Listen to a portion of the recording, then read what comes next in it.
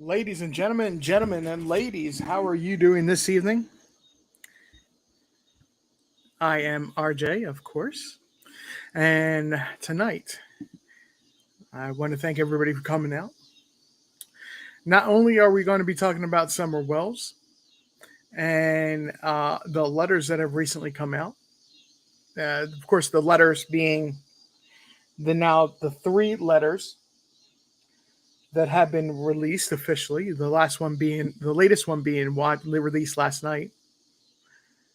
But I'm also here to thank all of you because you all think there's something and believe there is something different or important or special about the way I say things or the way I view things in my opinion. Because of you, I have officially reached 175 subscribers.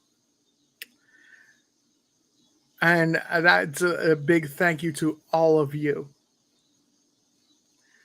I know everybody's just still rolling in, coming in, and I will repeat that again. I have another thank you I want to give out tonight, and I'm hoping he will show up because this is everything to do with some new wallpaper, shall we say, um, and using or using the new look, so to speak. Yes, everything I use tonight, and let me go ahead and officially put this one up. Thank you, Carrie, for reminding me. Before we get started, we're going to go ahead and put out the disclaimer ahead of everything else tonight. And this disclaimer says, as soon as I pull it up here,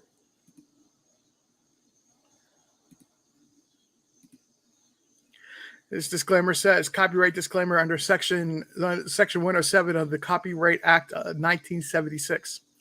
Copyright disclaimer under section 107 of the Copyright Act 1976 says allowance is made for fair use of purpose such as criticism, comment, news reporting, teaching, scholarship, and research.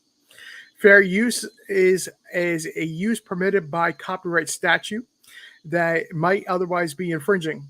Non-profit, educational, and personal use personal use tips the balance in favor of fair use.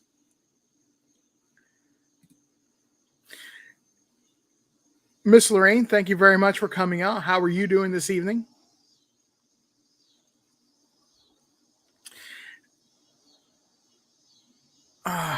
Miss Lorraine is, of course, the lioness, as Bossman Blake and John Q call her.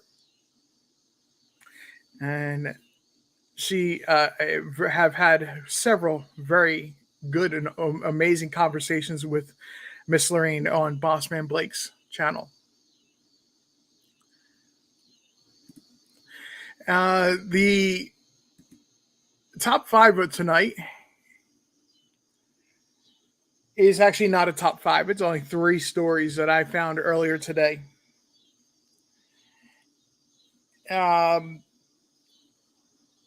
Bear with me just a moment here. And they're local stories to me.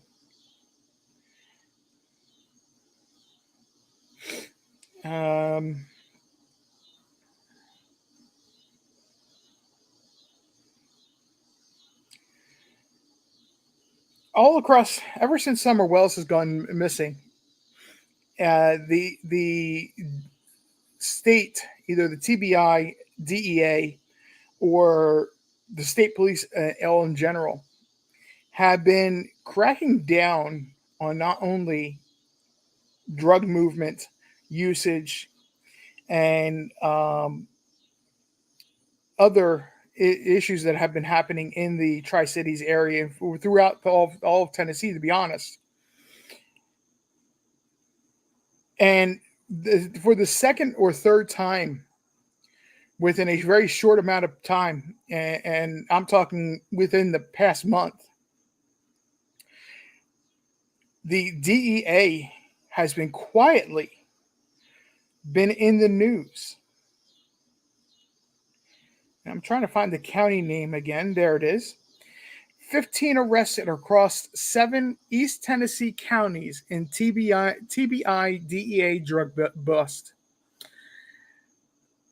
This story officially comes out of Knoxville today, 4 o'clock this afternoon. But there have been TBI spokeswoman, our favorite TBI spokeswoman, Miss Leslie Earhart, has been very busy. And she has worked, and she's the public spokesperson on this story as well. This DEA case, this seizure, included 300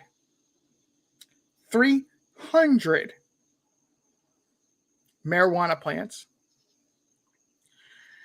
Also, the authorities seized methamphetamine, heroin, fentanyl, cocaine, pharmaceuticals, counterfeit money totaling $40,000, and 5 guns.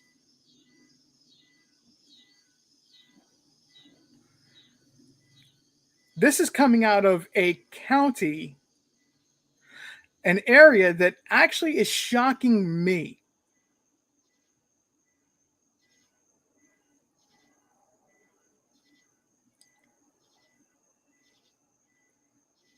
I have to admit that it actually shocks me. Hello, Honeybee. Thank you for joining us.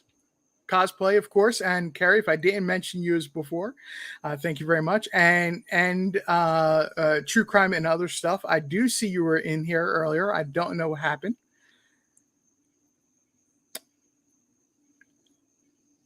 In a county that is not usually rumored to have issues. Thank you very much, Honeybee. I appreciate that.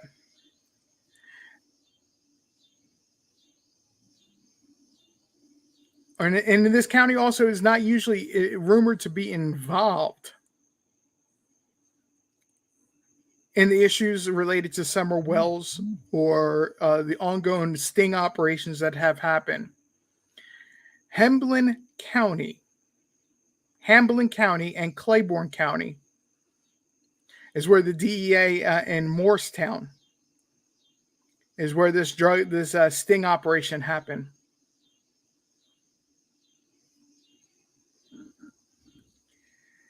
Or the primary focus of the was out of, but it was 15 people arrested across 7 counties in TBI DEA drug bust that happened today. So that's actually a really good thing that they're still cracking down and cleaning out areas that are of concern. The next story, and I apologize to everybody ahead of time. This is a little bit of a story of we're following a court case more than anything else. The court case is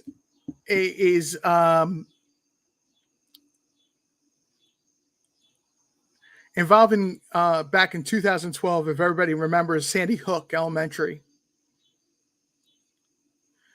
It's been almost 10 years. I don't remember the exact when it happened, what time of year it happened. That's not the focus of what I'm saying right now. But a person that on the radio, a national news person,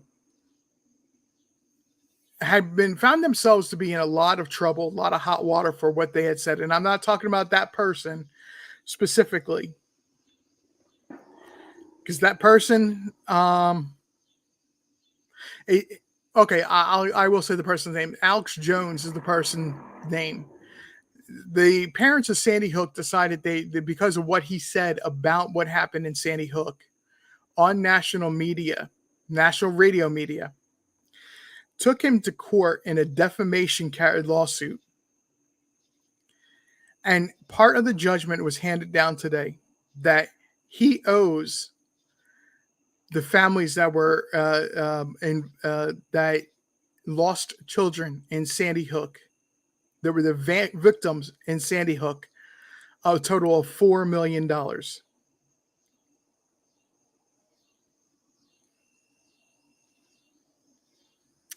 No, Honeybee. That's a good point. A lot of creators, and sometimes I will as well, they will literally just jump into the deep end right away. But I like to start off with several news stories that are just just skating under the radar, and gives everybody a chance to grab a seat, so to speak, settle in. Even if they're running 10 minutes late, they're not missing anything. Not that these stories aren't important. They're important.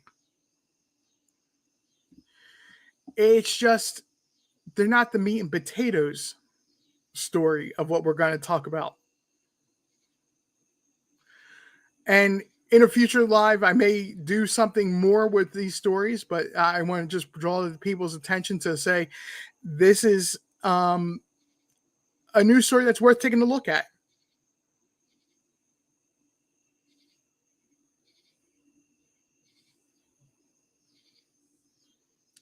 So I said I only had 3 news stories tonight. The other one is a Bossman Blake has a channel on YouTube that he does all of his true crime work through. And that channel, bear with me a moment. I woke up this morning to a video that was on my notifications that was out of Absecon, New Jersey. Do not be alarmed if you never heard of this town. Most people, to be honest, most people in New Jersey have never heard of Absecon and wouldn't even know how to spell Absecon.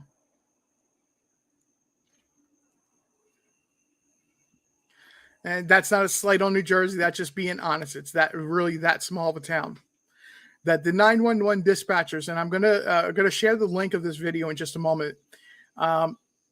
The 911 dispatchers this morning, in this video, had trouble locating this store because of where it's located.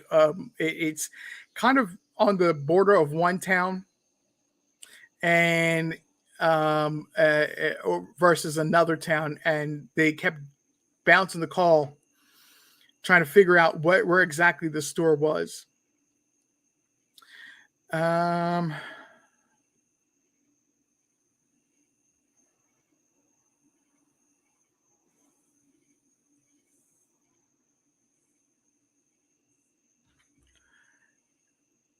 Forgive me just one more moment here.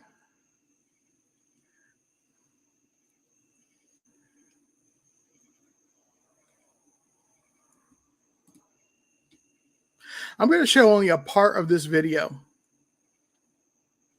And I will drop the link in the chat room and pin it to the top in just a moment to let you know where the video is, so you can watch the full video at your discretion.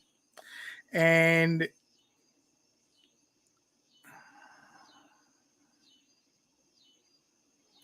of course, this is wanting to hide on me.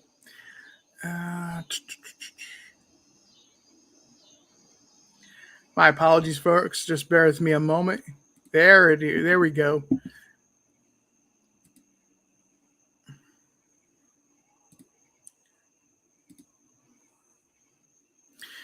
Bossman Blake does a lot of work, a lot of awesome work with different crime stories, following the stories, and posting videos and that tell a very good story on his channel.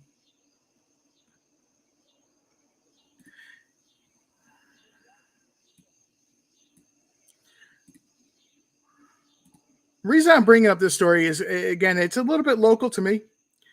Bossman Blake, how are you doing tonight? Bossman, a very special thank you to you for the new graphics, the new layout, the new background that I'm using. That is the person that designed them and did an amazing job with it. With the banner and everything that I the new icon and everything that I have. Thank you, Kerry. Make sure you plug both of his channels not only his music channel, but his true crime channel. If you don't know what that is, I'll give it to you in just a moment. But we're going to take a look at his Bossman Blake's video, just a little bit of it, about a story that's going to be going national news. And I think I'm going to have a little bit of a view on this that a lot of people are going to say, should you really have that view? And I'm going to skip around the video because I want to show you the reaction of one of the police officers.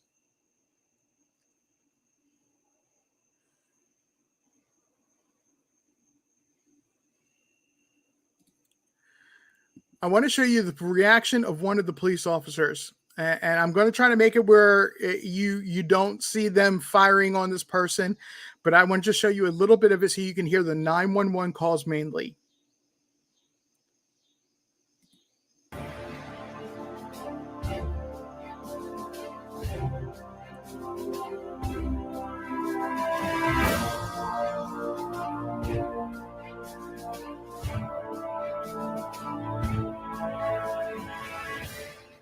Appreciate y'all for tuning in.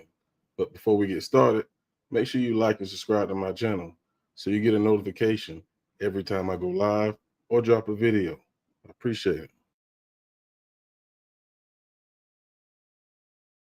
On May 24, 2022, Pleasantville Police received a 911 call at approximately 9:35 a.m., indicating that an individual had discharged a gun at the Dollar General store, located on South New Road in Pleasantville.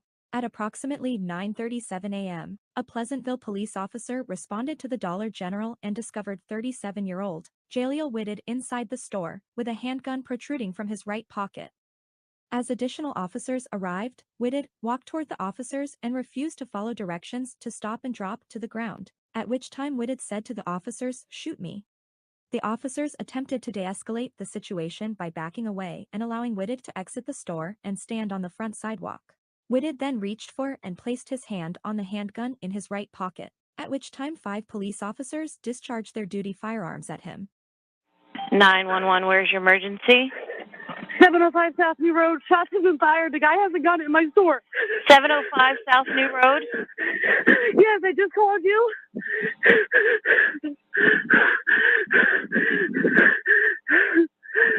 How many shots? Has anybody been injured? Nobody's injured. We all ran. He's still in the store. He's in the store? Yes. I need officers here now. They're on the way. Has anybody been injured? No. Can everybody get out? Everybody got out. Ma'am? Yeah. She said they're saying 705, but that's not in my CAD. I have 600 South. 705 South New Road. It's Absecon. You're in Absecon? Yes. Okay, all right. Stay on the phone. Let me transfer you to Absecon.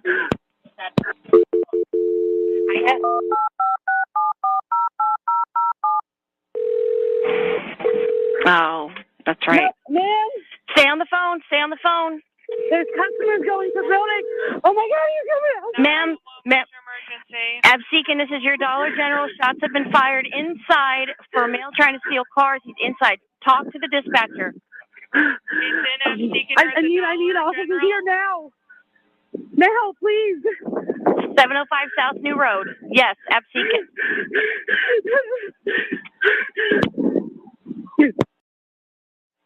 911, where's your emergency? Hi, there's 705 South New Road. I have a guy that's trying to steal cars, and he's coming back in the store. He just tried to steal a customer's car. 705 South New Road? South New Road, yeah. And what, is there a business? It's a Dollar General. Okay. And he's standing at, I don't know. How is he trying to steal their cars? He just jumped in their car. We had the owner ripped him out, and now he's standing in front of my building with his hands up. I don't know. He's not mentally stable, I would assume, but he literally just jumped in his car and tried to steal it. What's he look like? He's a black male wearing all black. He has braids in his hair. He's about 6 foot. I'm on the phone with the cop. And he tried to jump in someone's car? Yeah, the guy is still right here. Yeah, he jumped in the car. The guy ripped him out of his car. Absolutely did. I have it on camera. And he's like, he's scaring everybody. What's your name? Lori? Okay. All right, is this your phone number? Yes, it is. Yes. All right. They're on their way. Thank you. You're welcome. Okay. They're on their way.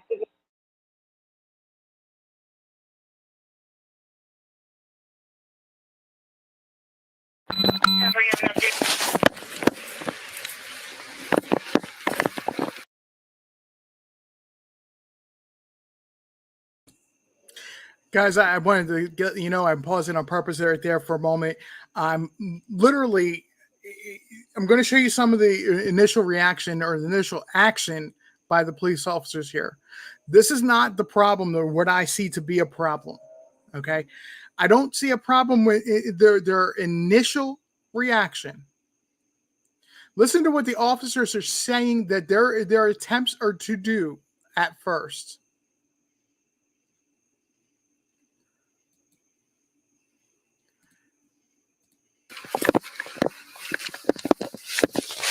Anybody at the store? Step out. Anybody shot? Anybody was shooting? Anybody was shooting there? What's your status? Put your hands up. One at gunpoint.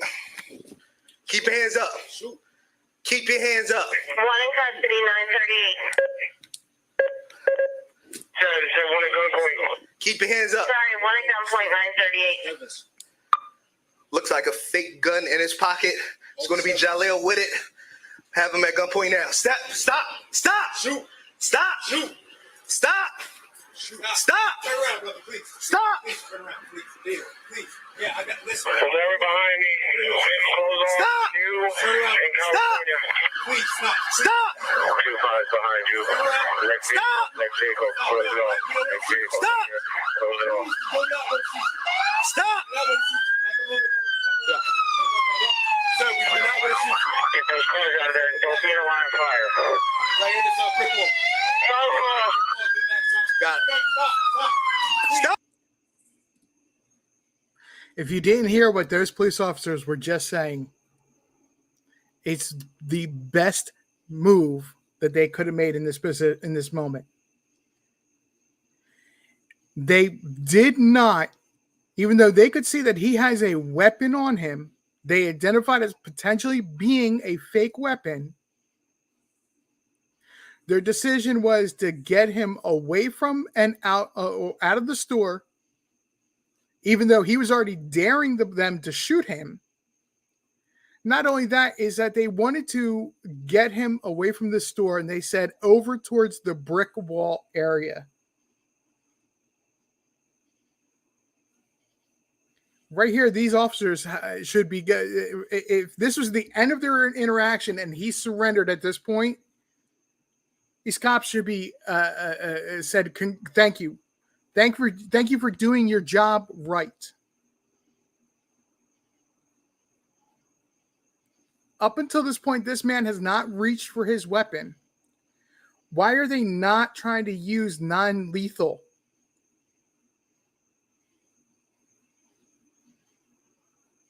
Why are they not trying not to, or why are they trying to use, why aren't they, sorry, I keep getting myself tongue-tied there.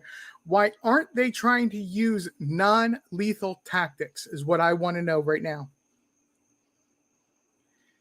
Because we have a potential of a taser, beanbag, or some other sort of non-lethal ending this whole entire situation.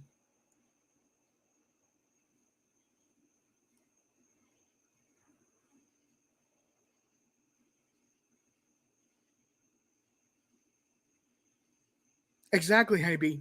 Exactly. It escalates from here.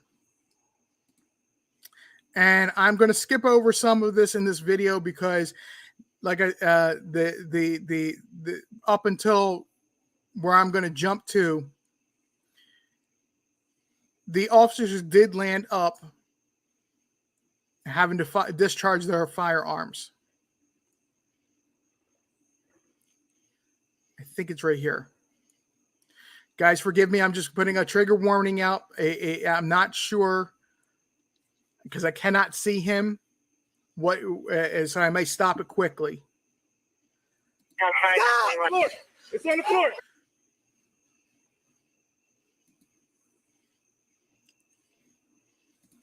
Okay, so yeah, the officer's rushing in because he's already been shot and he's down.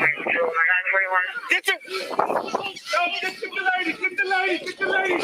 The reason I'm showing this at this point is because of this officer's reaction. A lot of times we do not see what happens to a police officer after shots are fired and a person is hit and down. This guy is frozen. He was stuck.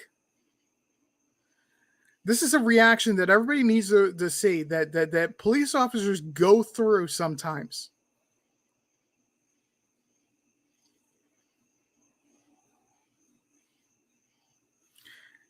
It's not only a trauma to the person, it oftentimes is a trauma to the police officer as well.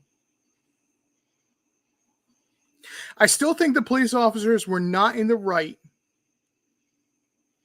because they did not attempt to use non-lethal means of resolving this. You're exactly right, Boss Man Blake. You are exactly right.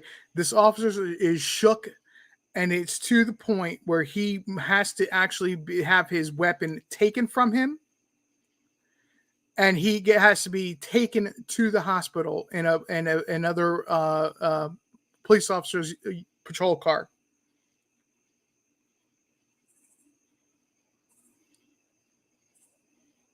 Bossman, you're exactly right, and that's exactly why I'm showing this. Bossman is 100% right. And in fact, you know, Bossman, do you want to come up and jump up, or do you have a chance to jump up with me?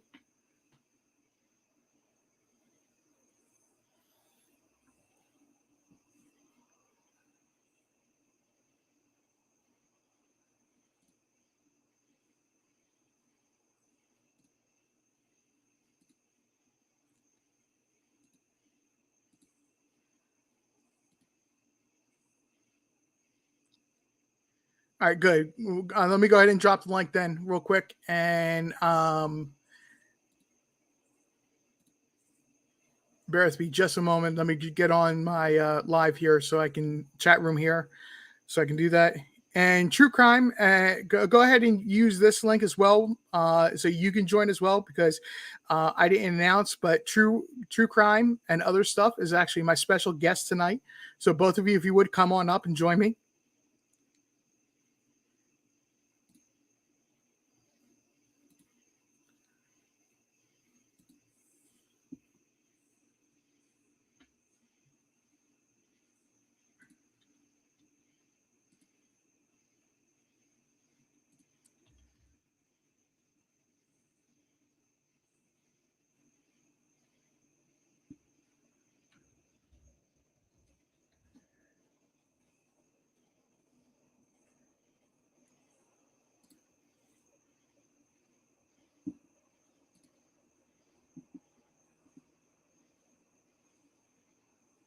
Hello, Where the Wind Blows. How are you doing?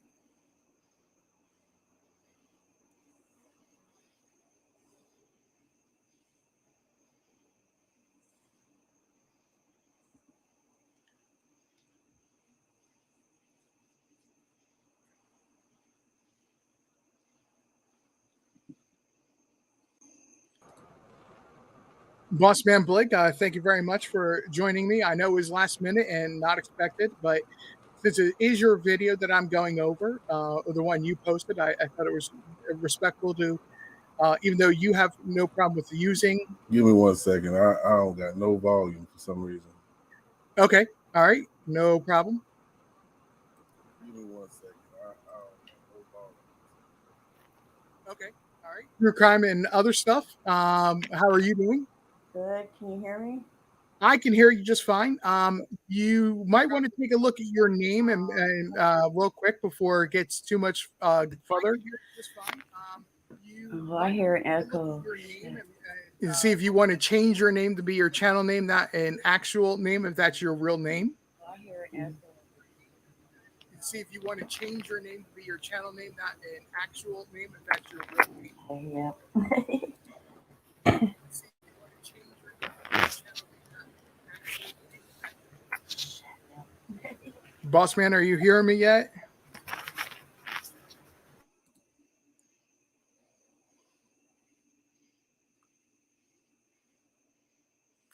Well, where the wind blows, I actually think that they, in the beginning of the video, without the store identifying this person,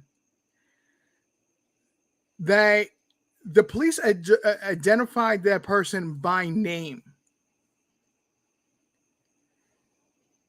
So they were familiar with the person already. So whatever that, to that extent or that level of what that means, it could very well be that this is a police and the ambulance squads will actually often say that somebody's a frequent flyer, to the in a lighthearted way of saying that they're familiar with this person, they've had contact with this person before, and that could be the situation. What's going on with this?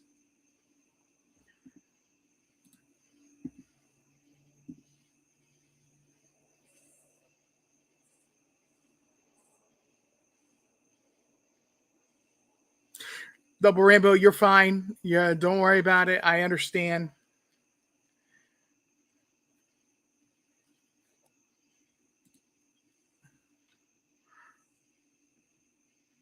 Boss man and Okay, I can hear it now. okay, great. Well, boss man, what I was saying before is I want to thank you very much, because this was a video that you posted on your true crime channel. Now, I know that you don't have issue with certain creators using your content, but I want to make sure I thank you very much for making that available to me, extending that to me. No problem, man. No problem at all. That's what I do it for. Right. I know I didn't really clear it with you, but I just wanted, beforehand, but I wanted people to understand, there's a background story to this. There's more to this than this one particular incident. I still think the police are in the wrong because they didn't attempt to use non-lethal. And the number of shots that was fired from 5 pistols. Right. Well, I want to speak to True Crime. I didn't get a chance to speak to her. How you doing, True Crime? She has herself muted. Let me unmute her. True Crime, are you there? Oh, it's saying your mic is disconnected. She has herself muted. Let me unmute her.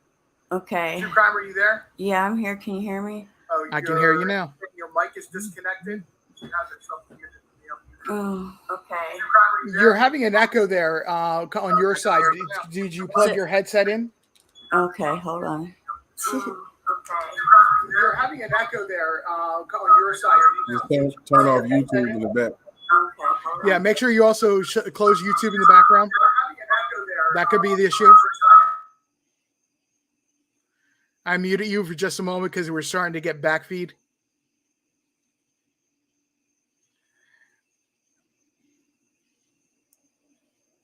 Phoenix, how are you doing tonight? I see you in the chat room. Okay. So much better. No background, no feedback, no background, Yeah, I was no wondering echo. what that was. We're good. We're good. Okay. All right. Hi. Hello. Boss man, how are you again? Good. Great. We got everybody working. Awesome. All right. But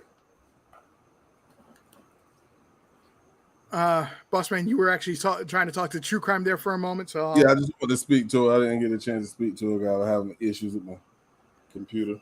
Me too. Hey guys, look, it can't be any worse than my first couple times I went live. So I had such horrible issues, and I was, it wasn't even funny. I couldn't speak for the first 10 minutes in them. Well, I thought I was all set up, but I forgot that you had to close the YouTube in the background. It's fine. It happens. Don't worry. Yeah. All right. So, boss man, prior to you posting that video, did you have any background information on this, or was this just a body cam footage that you found, or what's the? Do you know anything about this? What the incident prior to the 911 call? No, actually, it was just some body cam footage I seen and I watched it. It caught my eye, and I like to put up a lot of body cam footage for this reason exactly. You know what I'm saying? If anybody else want to look at the story and dig a little deeper into it themselves, feel free, because I know that's what I do. I follow like police activity, law. I think the one that you told us about, law and crime, and it shows a lot of footage and stories that I've never seen before. So I decided to do the same thing. But I do have stories on there that I do follow up on. This just happened to be one that I just posted for people to see. Okay. No, that's why I was asking. I didn't know if you knew anything background about it. And honestly, I really don't know any background about it either. I'm familiar enough with Absecon, or at least that's the way I grew up pronouncing it, is Absecon, even though it's spelled Absecon, New Jersey. Okay. I'm sorry? I said, okay. Which is just northwest of Atlantic City. And it's a small town.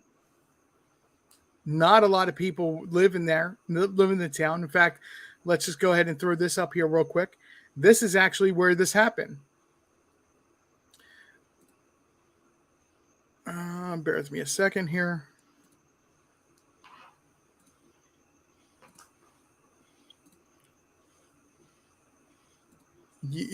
Boss man, you know how I am, and just like John Q, if you're not sure, go to the map. Absolutely. Okay. This is Pleasantville. This is Atlantic City out here on the island,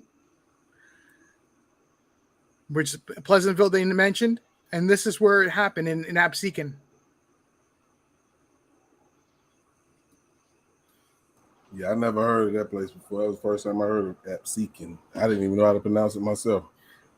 Yeah, I can honestly say I grew up with pronouncing it and always being told it's pronounced as if that N was actually an M.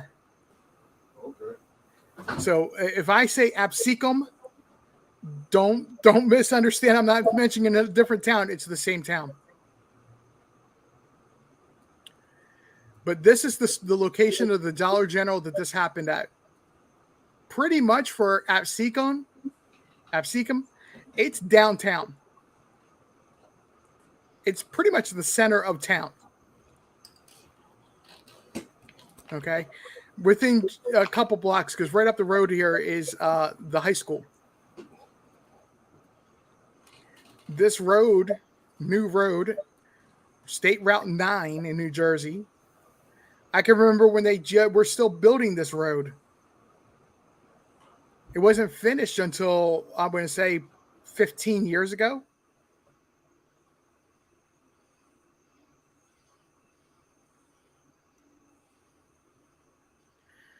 This Dollar General is not very old at all either. But what I was saying before was that what I believe the cops did right is they got him away from the entrance of the building. They got him in an area where the only thing that was behind him and the officers were, and I apologize if I'm starting to spin a little bit, guys. I'm noticing my signal's dropping, getting a little funky on me. They got him into an area where the only thing that was behind him was brick. No persons could be coming up behind them. That way, if they did have to shoot, they didn't have to worry about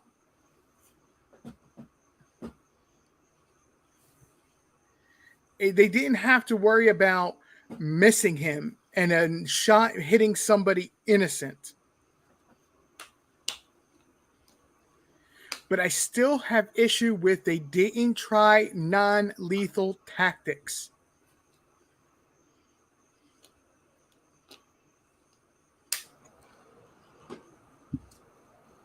I find that to be a tactic that should be used in a lot of different situations similar to this. When they have the opportunity, especially when the officer was that close, I feel like he should have took that opportunity, especially when he realized that it was a potential fake gun in his pocket. Why not go ahead and tase him? Don't let it escalate to the point where you have to use deadly force. So I agree with you. Well, that's the point. And this is the video. Even though I skipped in the video, I skipped over the part where the officers were shooting, and I skipped over a little bit of the confrontation with him with the brick wall behind him. And all they were doing in that confrontation at that point that I skipped over was shouting commands at him of him, don't reach, get down on the ground, don't move. That's all they were doing. Okay. I don't have an issue with them shouting commands at him.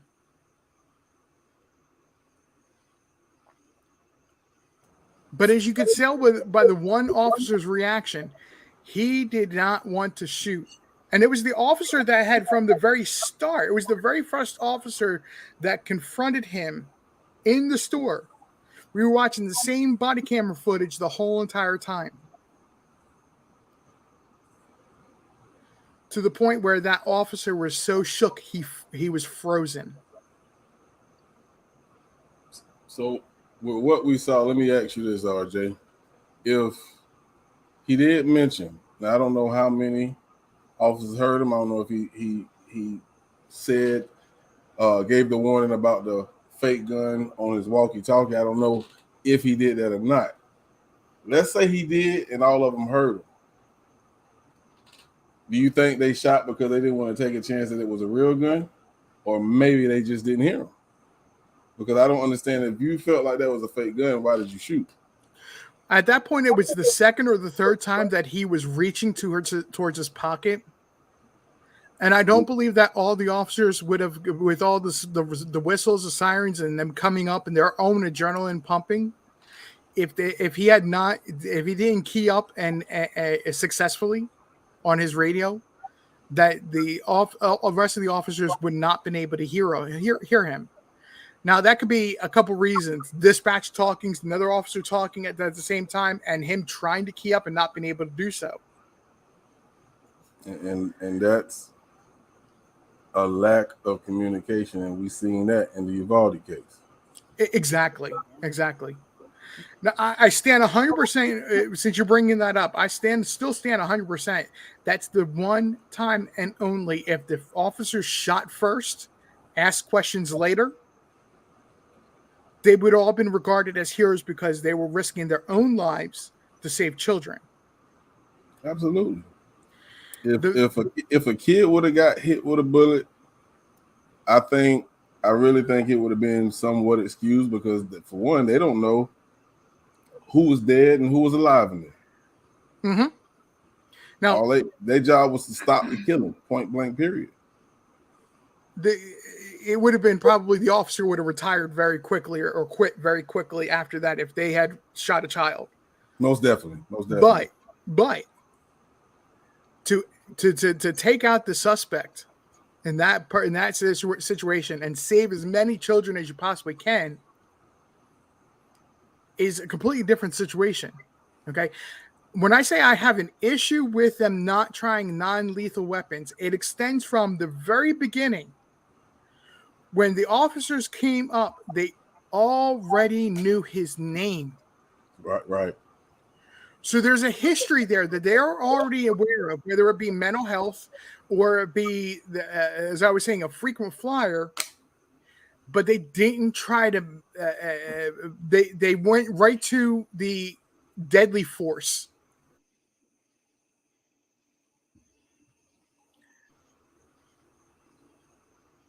True crime. Did you have something to add there? Nope. Just listening to you guys. I'm ready to talk about the Don Wells letters. Okay. All right. We're going to get there in a moment. I know. I always lead off with some other stories and other news stories. And I'll be honest, it's a very personal, very reason I do so.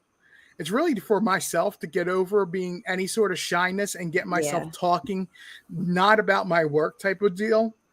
For a few moments, it's just getting my mind going in the direction of what I had planned to say. It's a great idea. I admit it's a bit of a selfish reason, but it's also got a good reason. I do it in the right way. I don't find nothing wrong with it. No, I don't either. Sounds great. Honeybee, they actually used lethal force at the end. I don't know, and I haven't found out any information say whether or not this man is alive or not. Still, but shots were fired from 5 different pistols. That is a lot, potentially a lot of shots being fired.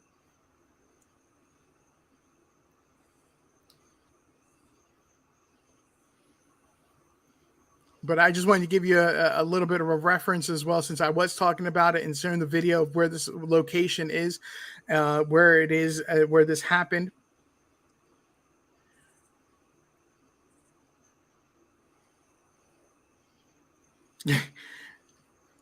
What's the matter? Where the wind blows?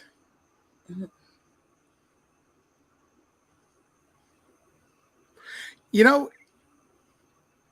Honeybee, I would agree with you if it wasn't in this town. And in this area of New Jersey.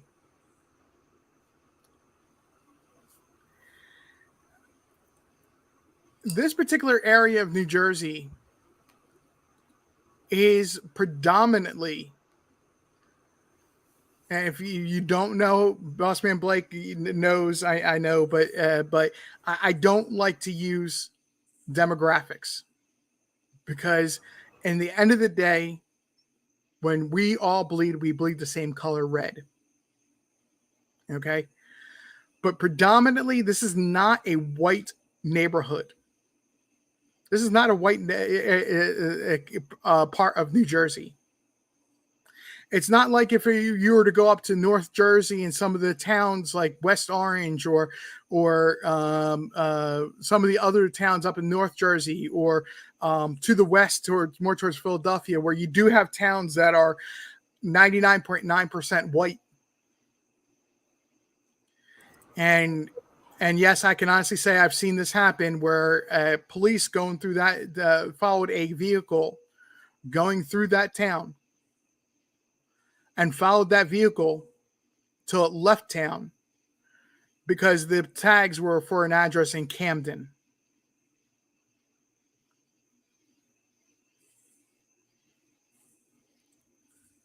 I would say this. A lot of these criminals who are encountered by police in this fashion with guns drawn, and you hear them say, "Shoot me," they're not all the way there. Right.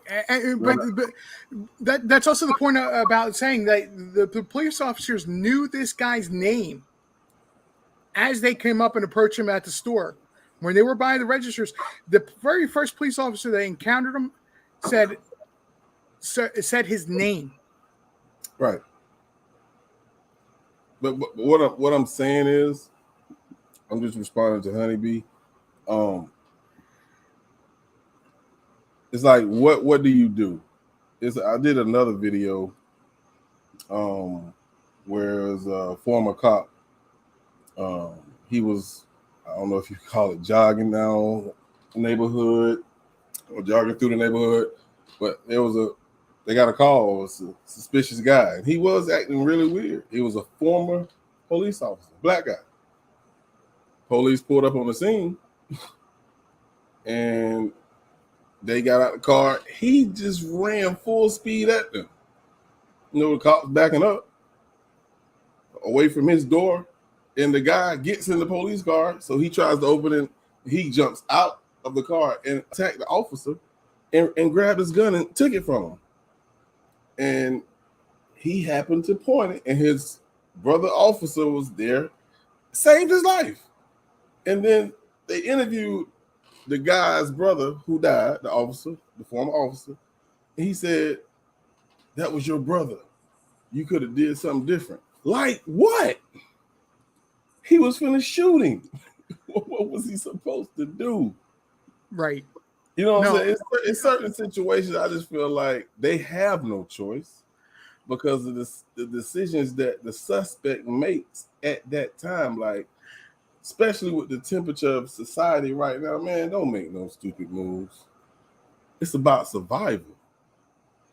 Right. You know what I'm saying? As a black man, you already at a disadvantage being pulled over. Don't decrease your chances of survival by doing something stupid. And I'm gonna just leave it at that.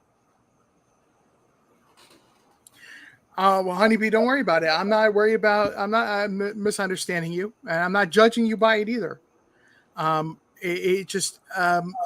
simply making a statement, and Boss Man, you're making the same statement, the same direction my statement goes. You know, at the end of the day, the police officers are there to do a job, enforce the law. But above that, their job is to go home at the end of the day to their families, to their wives, their children, so they can do their job the next day. Okay. Unfortunately, this person posed a threat. And at the end of the interaction, yes, he does get shot. And yes, I do have an issue with 5 pistols shooting. There was another video that Boss Man Blake put it on his channel, and let me go ahead and actually post his channel because people can go and take a look at it. It was a female officer,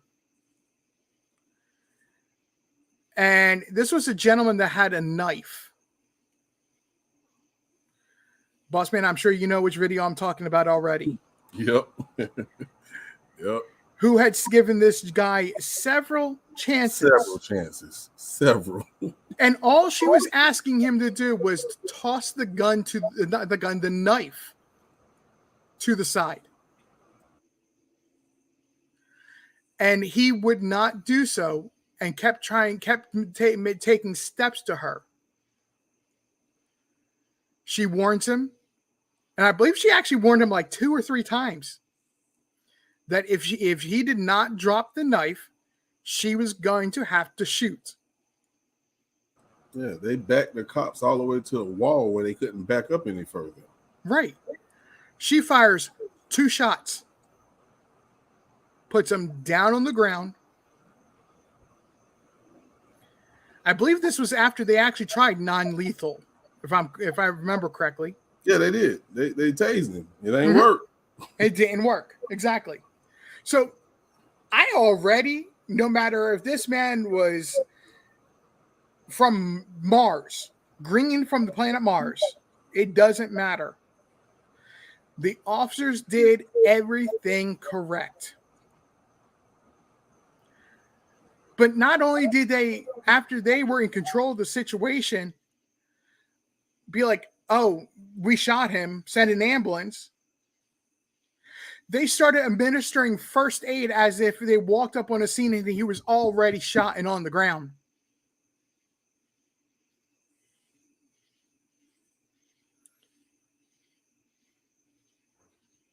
100%. They did every single thing right.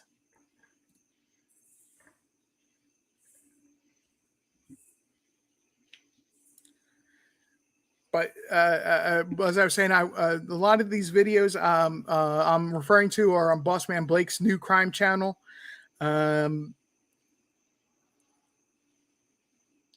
I would, and not only am I showing this to say, hey, go and subscribe to Bossman Blake's new channel, but it's also because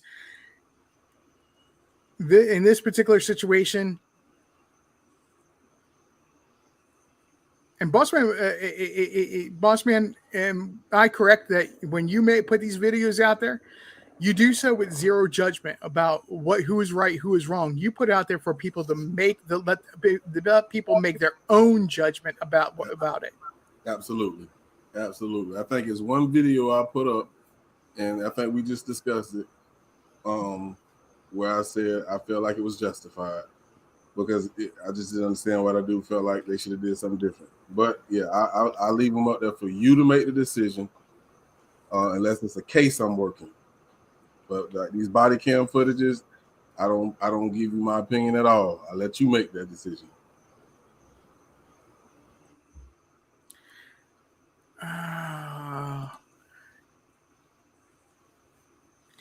Your new channel hides on me so hard.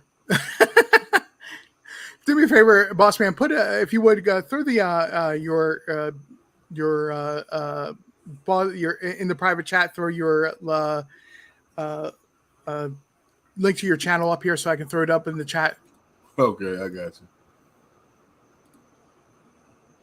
It's been one of those days, guys. So if I stutter and stumble a little bit on my words, I apologize.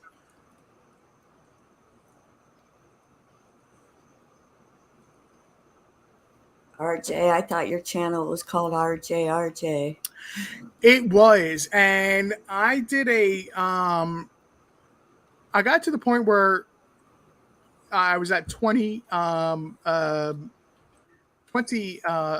videos, and people were trying to having such a difficult time to find my channel. Yeah. And I had actually been previously considered doing a rebranding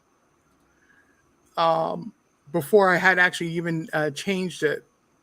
And I had been tossing around for a while a few ideas of how to rebrand my channel and to rename what it should be renamed as. Before I do go into this, folks, I went ahead and posted that link. Carrie actually posted at the same time. Thank you, Carrie. I appreciate that very much. When you have a chance, please go ahead and take a look at the videos that Bossman Blake puts on his channel. That's his crime channel. He actually does an amazing job with those videos that he puts on there. True crime and other stuff. So yes, I was RJ, but when you went and searched for RJ, because I was such a small channel in the first place, right. My channel was so far hidden down the list, it would have taken you a day to 2 days to find it. So I had actually been considering before I did the name change for a while. I've been considering the name, tossing around a couple ideas, and I was actually going to do that originally targeted for this upcoming weekend, since my channel would have been doing lives for 4 months this upcoming weekend. Okay. But I decided to go ahead with the name change before, and the channel name of Conversations Living Room is a tribute to somebody that I used to listen to on the actual radio. Okay. Growing up in the Philadelphia, Pennsylvania area.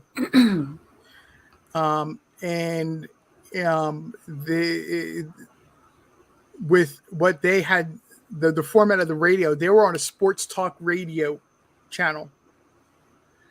But not only could you bring a sports conversation to him, but you could bring any other conversation to him, and he would actually have you would have end up having an amazing conversation, an amazing. I believe he was only on for an hour or 2 hours on Sunday mornings, but his program, the stories that or information he had was so entrenched in Philadelphia history that it was just an amazing program as a teenager, I could say, to listen to, and it to me had always been I'm a huge sports fan type of person, and listening to his radio program always enhanced and encouraged to be a basketball fan. So the name is not as so much clear as being a true crime channel, but it's very meaningful to me, and it makes my channel more public instead of being RJ. Yeah, that's cool. and hiding below international channels that aren't in the United States, or YouTube streams and things like that aren't in the United States or other countries around the world. Well, that's very interesting. But Boss Man, I don't know if you want to hang with us a little bit longer or not. I do want to thank you for joining us and talking about what was going, the Dollar General and Absecon. But I did want to talk about the letters of Summer Wells tonight, coming from Don Wells. He released a new letter yesterday, and want to really get into that for a little while, because I know that this is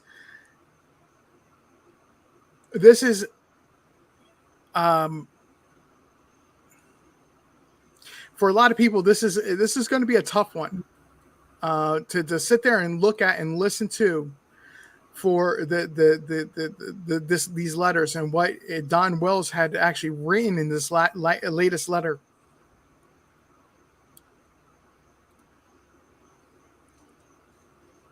But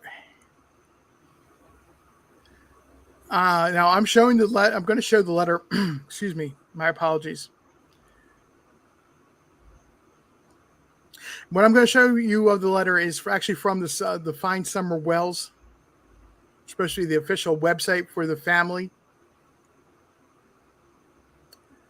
Okay, I'm not showing the video.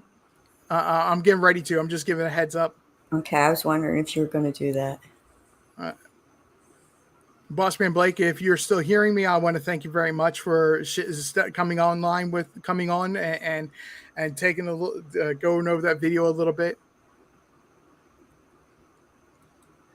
So this is this is the video up the top here, but I'm just showing what the actual letter said right here.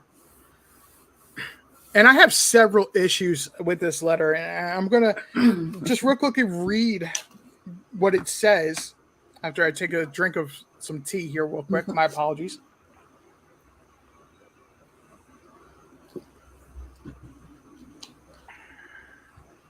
I'm going to read what this letter says. Dear Summer, I don't know if there's even the remotest chance of you ever seeing this letter, but I'm going to write it hoping you will. First of all, I want you to know that I love you with all my heart. I've never missed someone as much as I miss you. My heart aches constantly, and then the thought of someone mistreating you puts so much anguish and fear for you that I can barely breathe at times. I beg God for your life and break out in tears constantly. I'm very glad I got to spend 5 years with you, but now my life always feels like snow, rain, and drizzle never ending. You are the highlight of my life, my entire miserable existence on this earth. I love you, Summer. with every fiber of my being, sweetheart. I love you and I will never give up on you. And one day I will see you again. Always and together, always and forever, your earthly dad, father. Mm. That's what this letter says. Mm-hmm.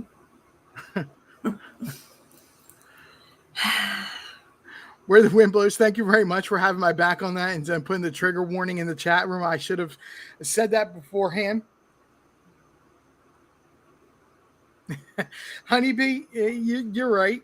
You're right. So, true crime and other stuff. I hear you. I already hear you. Yeah. What are you thinking? Don didn't write that letter.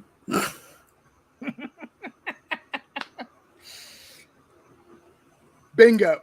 He don't speak like that, think like that. Why would he write like that? You're exactly right.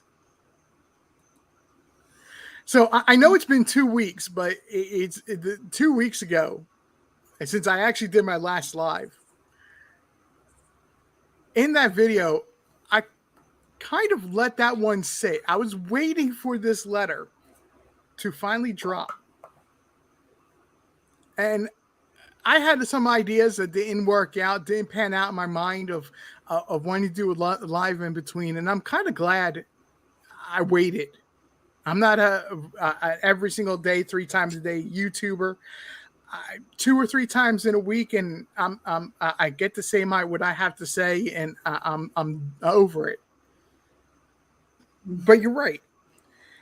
The only time I'm going to highlight a little bit here. The only time I had ever seen or heard or can remember hearing Don Wells say, first of all, he was actually mad. He was mad and making a point of trying to get the record straight to what he wanted everybody to believe.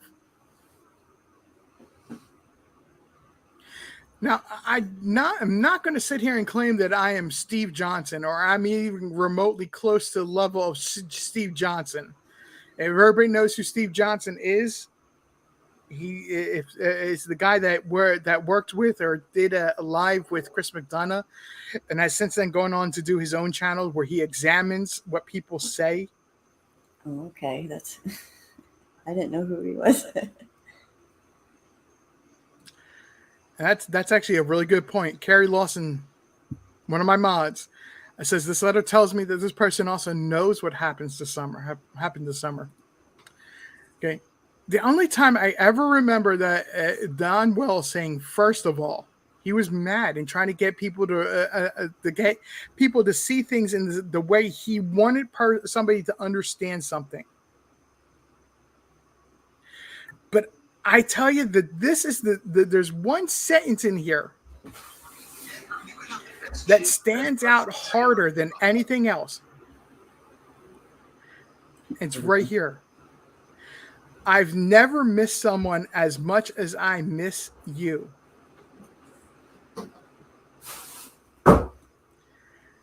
Being the third sentence of this letter.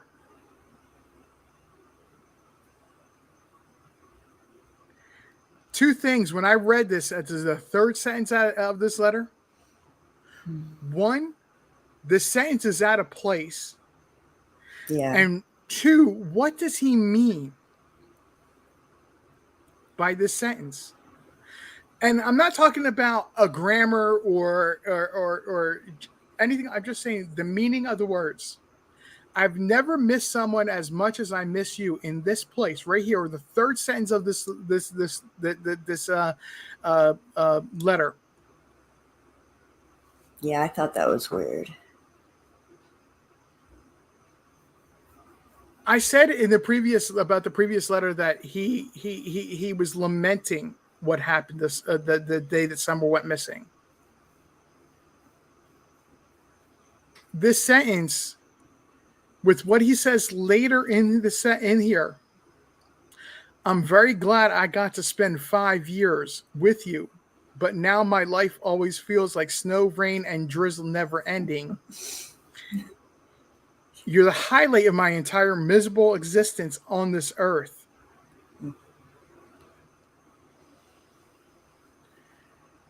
Those three. Is Don Wells a poet now? That is one thing that struck me odd. But just going over those 3 sentences, he's publicly mourning Summers, Summer Wells. Yeah, I'm confused. Does he think somebody took her, or does he think she's going to be in the resurrection? I'm confused. Yeah. I don't hide I don't hide, or I don't try to hide that I have issues with the teachings of the SDA Church. I think that was pretty obvious with the last live that I had done.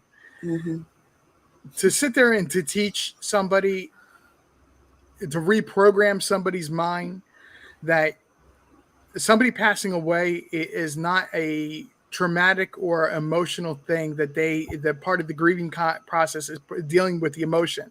That's wrong. It is 100%. It's 100% dealing with the emotion.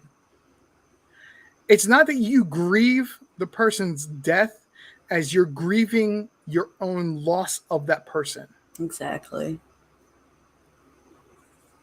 And that's exactly what Don Wells is doing here. I've never missed someone as much as I miss you. He's confessing that he's saying that I'm grieving you. I grieve you every day.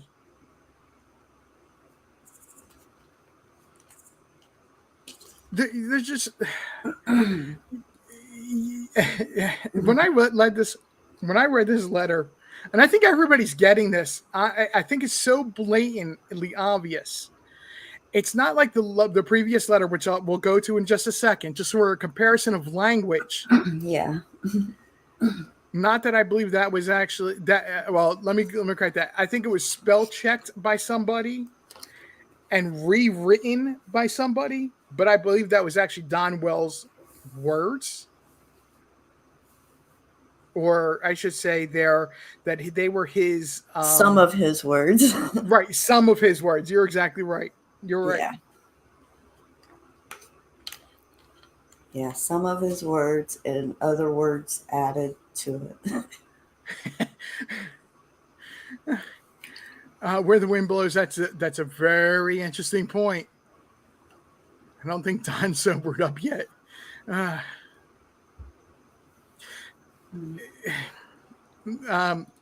let me trigger warning. This may include discussions of SA, DV, violent crimes, and adult language.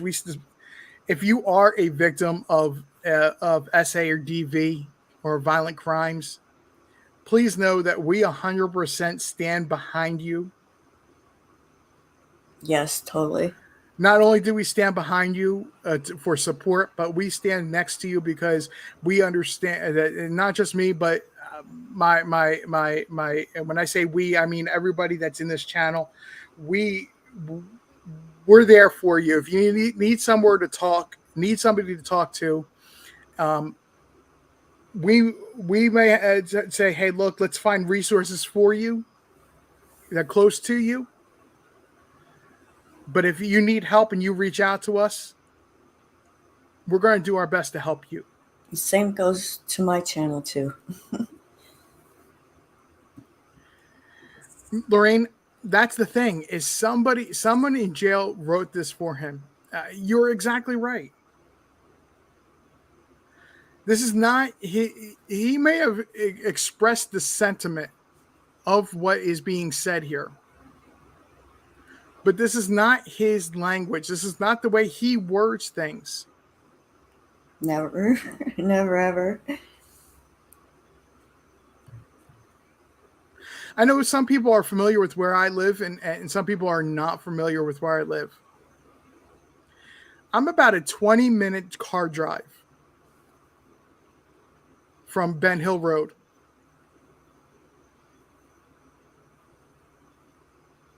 And that's by back streets of Hawkins County. Nice accent. You can't tell I'm from that area, can you? No. I walk out my front door and up the road a little bit, and I look at Bays Mountain. Okay. Okay. A few little, about 10 minutes ago, maybe more, I said I was born and raised in the Philadelphia metro area. I Right. really was born and raised in the Philadelphia metro area. That's why I don't have the accent that most people do have in the Tri-Cities or Hawkins County that you may have heard. Yeah, I was just giving you a hard time. And no, you're good. You're fine. But the wording in this letter is so far off of Don Wells vernacular, Hawkins County vernacular. And that- even Tim Mullen. Right. Somebody took a statement from him, had him say some things, and attempted to reword it so it would be more fluent than what it was before Yeah, in the previous letter. I agree. Now, I said I was going to take a look at the previous letter just for a comparison reasons. Let's take a look of how much has changed in what Don Wells is saying from the previous letter to this one. Bear with me just a second here.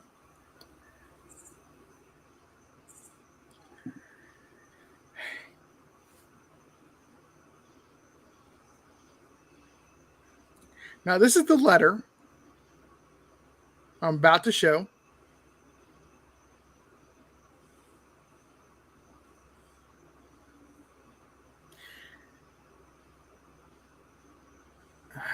Bear with me a second. I apologize. Their blog website, Find Somewhere Wells website, is actually being very finicky, folks. I bear with me just a moment here.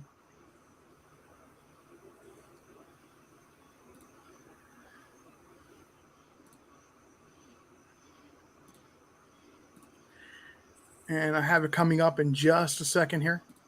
This is the letter to the kidnappers. Yeah. Unfortunately, this is not going to let me blow it up and make it larger.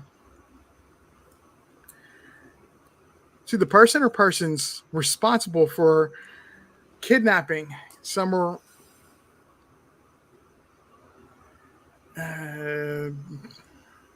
You know what? Let me see if I can.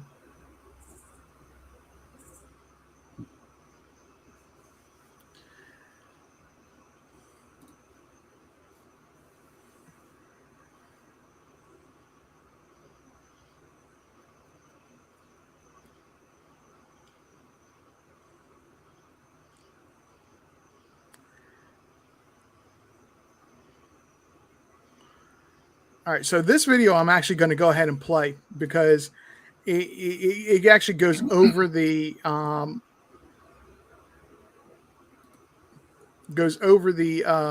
video, or goes over what is said in the video. So bear with me just a second here while I'm getting that set up. Because this one they actually put on the webpage of being that you have to play the video. If you use any portion of it, Yep. they'll strike you. Yep. I downloaded it. I thought about it, but I didn't put it up.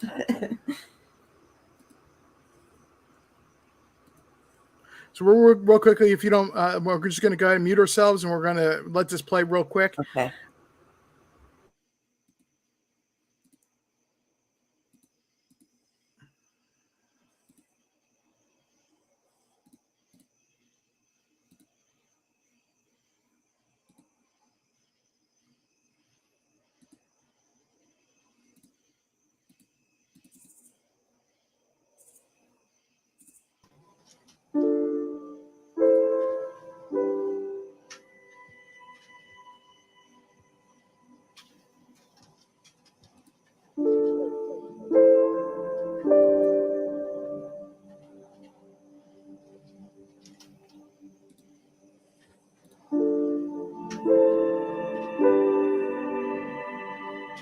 When we held the first media briefing on June 16th,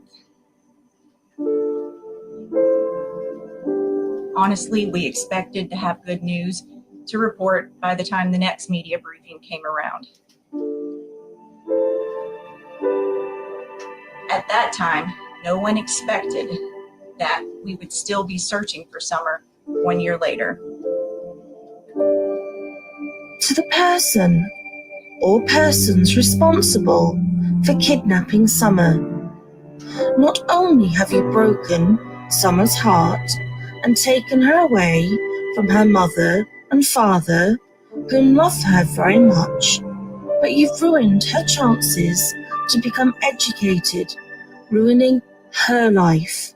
You have also broke the hearts of her father and mother and brothers, and in the midst of all the commotion, ruined our lives. You see, the public blames us. I don't know if we'll ever find employment again. Nobody will hire my wife, and I've been fired from a job I've had for 13 years. We may end up losing everything. When you took our little girl, you took our very lives. Why don't you give our little girl back before God's wrath descends on you? You've broken many hearts, and more, especially an innocent 5-year-old girl's heart. One day, God will hold you accountable for this crime unless you do something to make this right. Please, do the right thing and turn our daughter over to the authorities.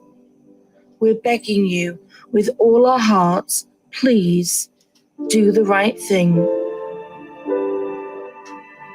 Summer's father.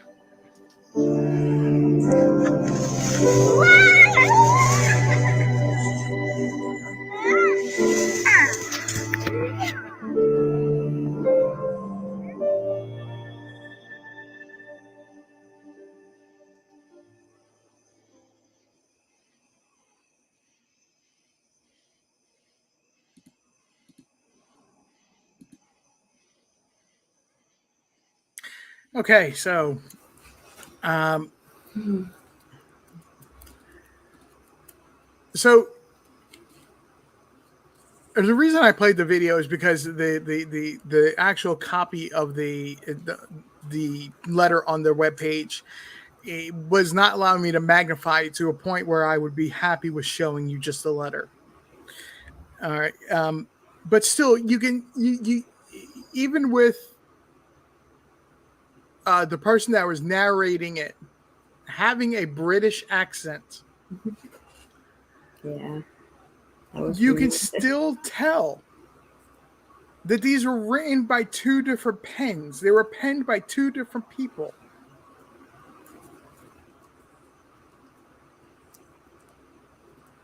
Yeah, I kind of think Tim Mullins did that one. That's my opinion. It's very possible that's the case. I mean, some of the words are probably Don's.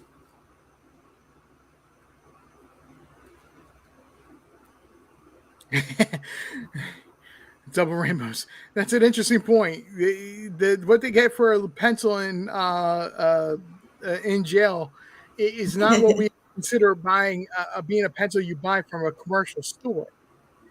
So, they don't have a metal wrapping on it to hold an eraser. If they have an eraser, it's not something they're going to want to use for a whole lot. So if they can correct it by just writing over it, that's a whole different story. But we're talking about just the language, not the writing style, not the meaning, whether it's cursive or handwritten. Right. Just the language that is being used, the words, how they're honeybee. You got it. Honeybee got it. Letter was dressed up. It was polished. It sounds more religious.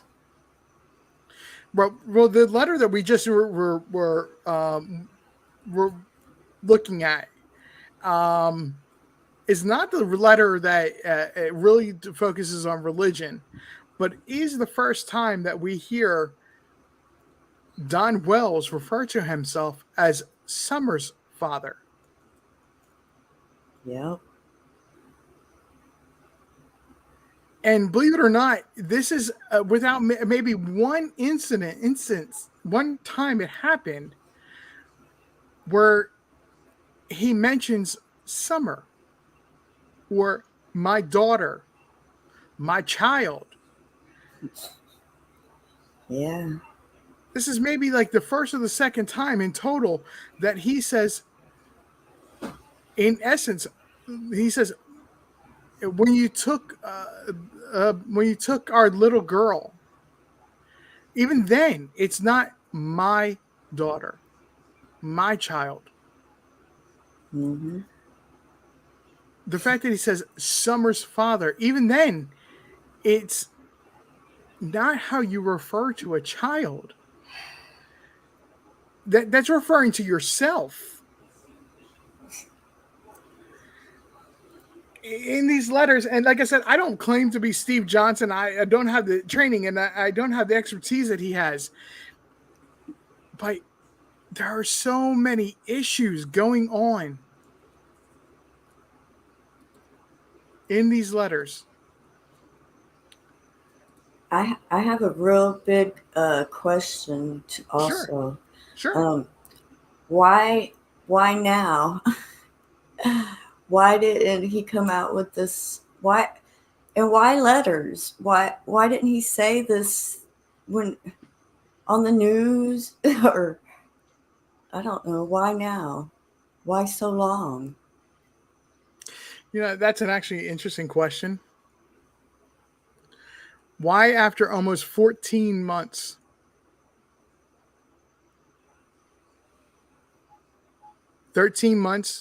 Actually, I'm sorry. I said 14. It's going on 14 months. It's 13 and a half months going on 14 months.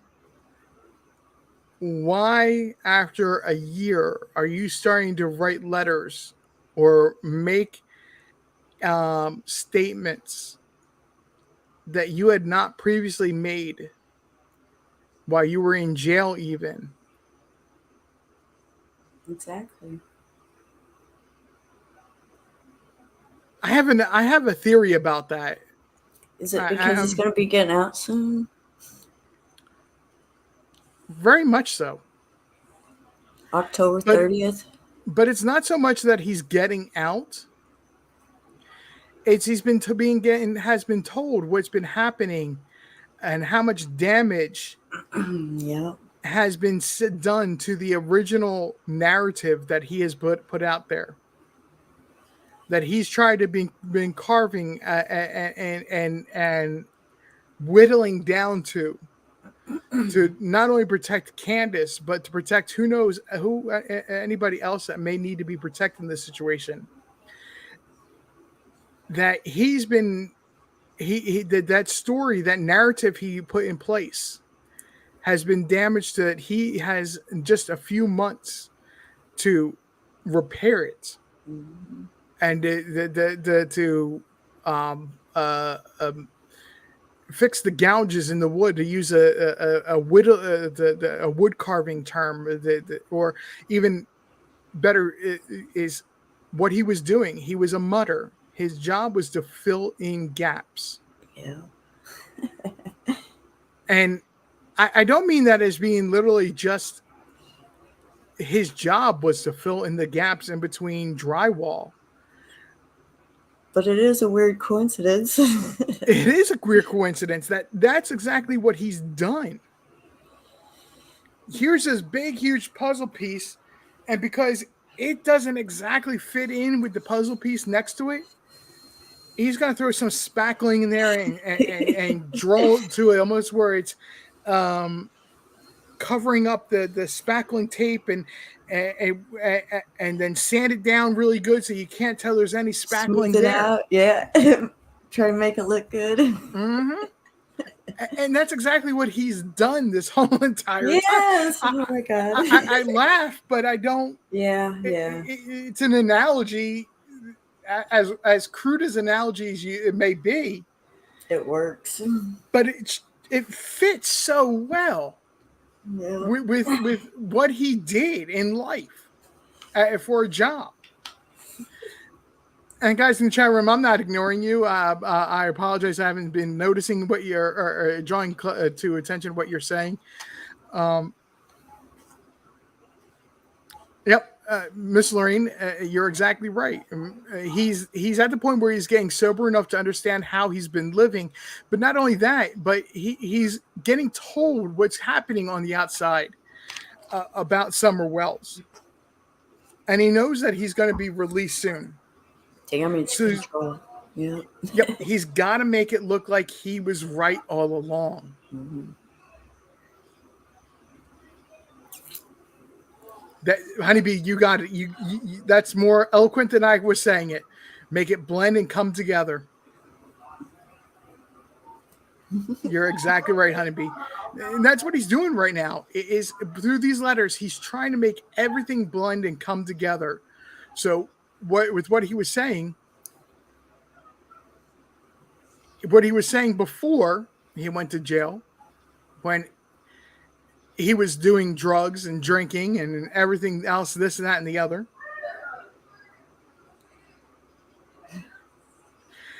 That he literally is trying to make it. I keep saying polish it because that's the only thing. I keep thinking when I say polish it, please understand.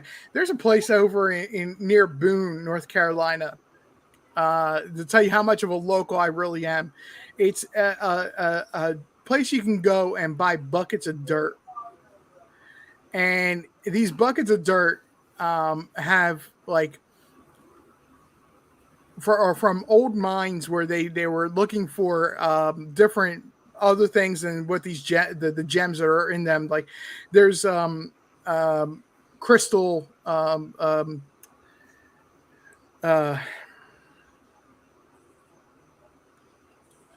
different rocks, gem rocks in there. There was a story that you can find on the internet about this place that a kid in I believe it was like 5th grade, bought a bucket of dirt, and he was panning the dirt. And yes, precious jet stones, exactly. And the kid actually found a diamond that was actually a nice chunk of money.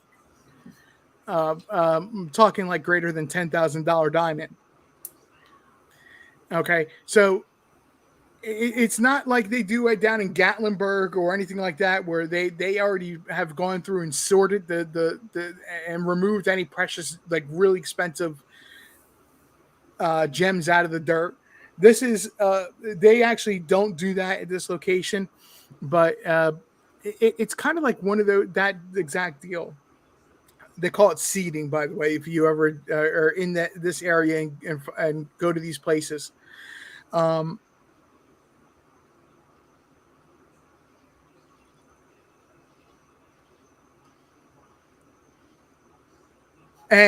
the what I was getting to say is that is you know, you go and got down a rabbit trail and I forgot where I was going with this. I apologize. I was reading chat. Someone had $10 blow out their car window today. Dang it. Yeah, I'm sorry to hear that, by the way. That's horrible. I hate that. Let's see here. You're talking about polishing it. Oh, yeah. So, thank you. Polishing it. That actually cute. That got me back where I was. They have a fossil in this gem store, and depending on if you find a gem that's actually worth value, they'll actually help turn it into a piece of jewelry for you. They are certified gemologists or whatever that term is. They're actually certified to do that kind of deal where they turn into jewelry. However, they have this one rock. It's all nice and shiny and it's preserved. It's a fossil. And what they don't tell you until you touch it over and flip it over is that it's a fossil of dinosaurs' droppings. Oh, great. Dinosaur dung. Yes. So you get to have that reality of this thing is so nicely polished and it looks like it should be something worth something, but it's just at one time, or again, folks, forgive me, this is crude, but it's honest, it's truthful. But you just touched a pile of fossilized animal droppings. Yeah. So my point being is, no matter how polished up this story gets, and no matter how polished up what they're saying is, it's still just a load of crap. Yep. Yeah, that was a good story. You know, where the wind blows, I kid you not, that is a true story. That is a true story. Yeah, and like I said, I apologize that it's crude but it's the truth. It's every single thing that they're saying, every single thing that they're adding on to this.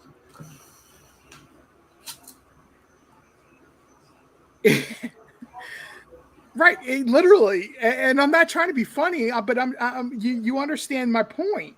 Yeah. I'm talking with the chat because yeah, I see. Saying you're hilarious, and I'm laughing at it, but at the same time, that's exactly what it amounts to. Yeah. You know, no matter what, in the end, the question still remains: is where is Summer? What do you know that you're not telling us about Summer? Because if by now it hasn't become blatantly obvious that Candace knows, that Don knows, And Grandis. and Grandis, and even JSB, and all the talking that she does, that she's trying to twist and turn and make this story, make everything that happened on Ben Hill Road about what it's not. I don't know. I can never understand what she's talking about.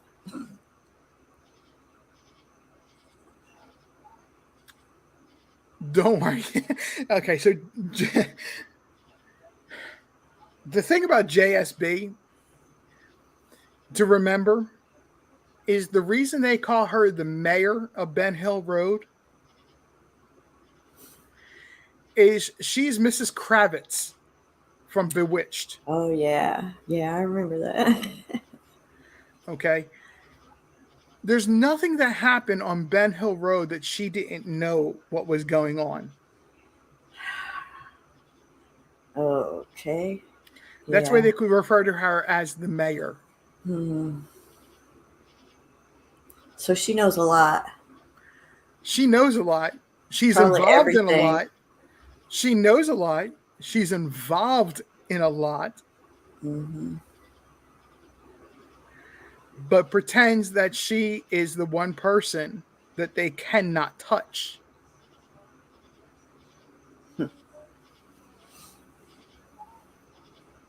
Does she have connections or something? Honestly, I would be very surprised. Would be very surprised if she actually doesn't go and relocate to another state in the next month. Just all of a sudden, poof, gone. It skips into another state because of her. Well, what happened on Ben Hill Road a while back Before Summer. Oh yeah, this is going back 5-10 years. Okay. Something about that. Somewhere about that. So it has nothing to do with Summer's case. Then. No.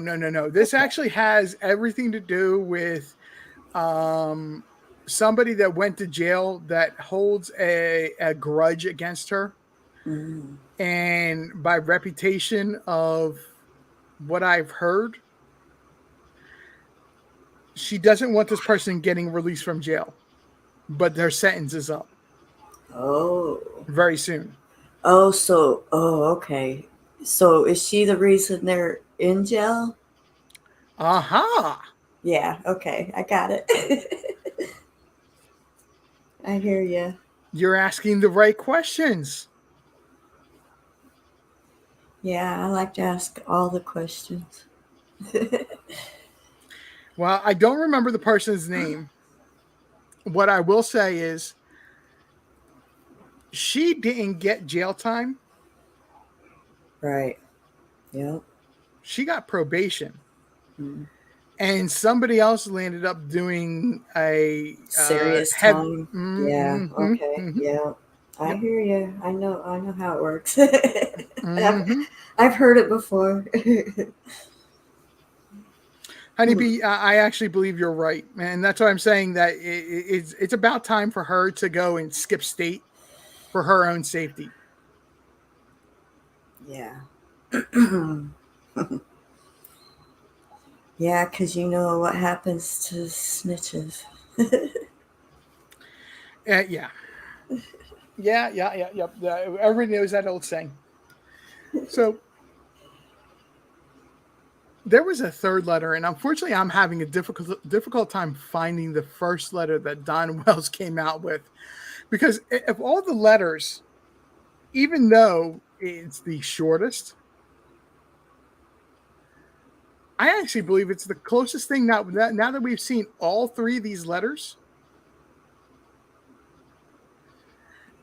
that this is the closest that is to what to what Don Wells actually said. Yeah, I agree with you on that. Yep. Now, actually, I think I just found it. Wait, I don't want to show it. I cannot show it because of the source. The source, if I were to show this, is very quick to strike channels. I think I know who. But what I will say is you can find this by Googling it. It's the one where he tried to incite the Lord's Prayer into the middle of the letter.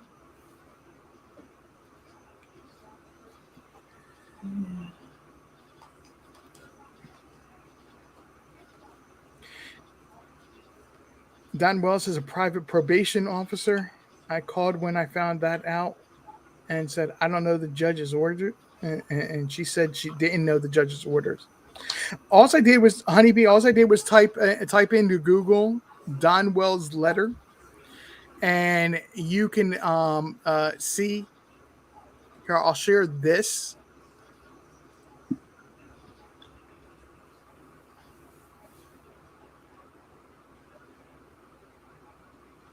Bear with me just a second here. What I will share and show you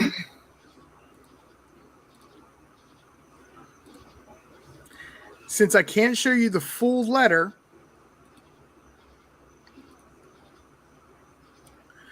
what I'll show you is, do you see this letter right here on the far left? It's not a very long letter, and then it has the Lord's Prayer, or a prayer written into the middle of it. That was the first letter from Don Wells. Was it signed Don Wells? I think it was signed, but just Don Wells. Yeah. Or maybe it was his full name, Donald Wesley Net Wells. Yeah. But because of the source that it comes from being the Sun, they are very, very quick to strike on YouTubers and creators. Yeah. So you can't actually share it.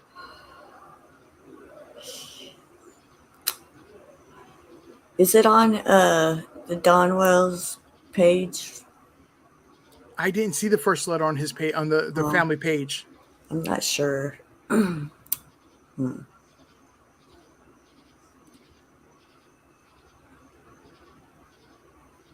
Oh, I have another question.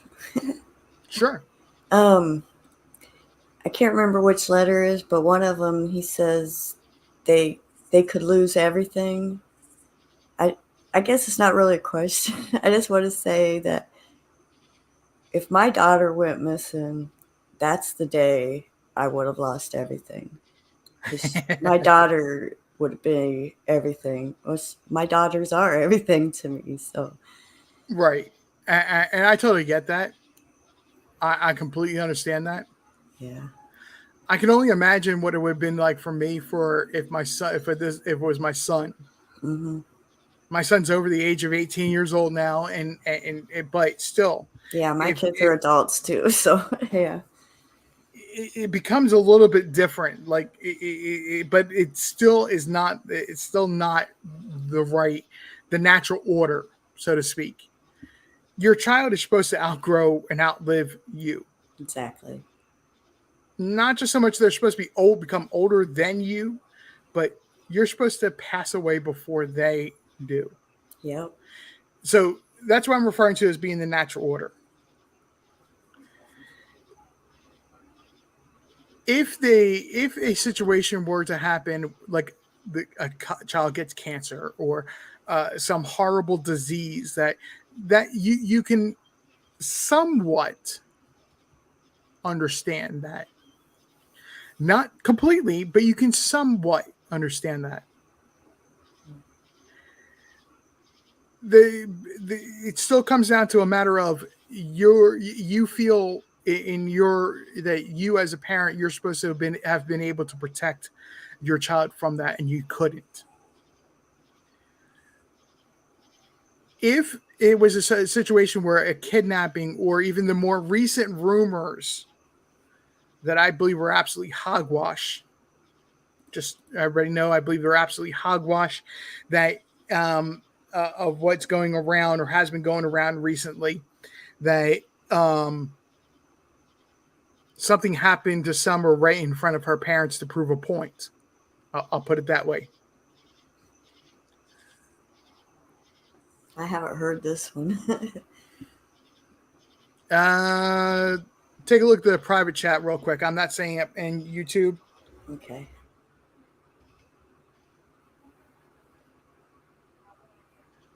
I don't believe that was the reality of what happened to Summer. No. No. I believe that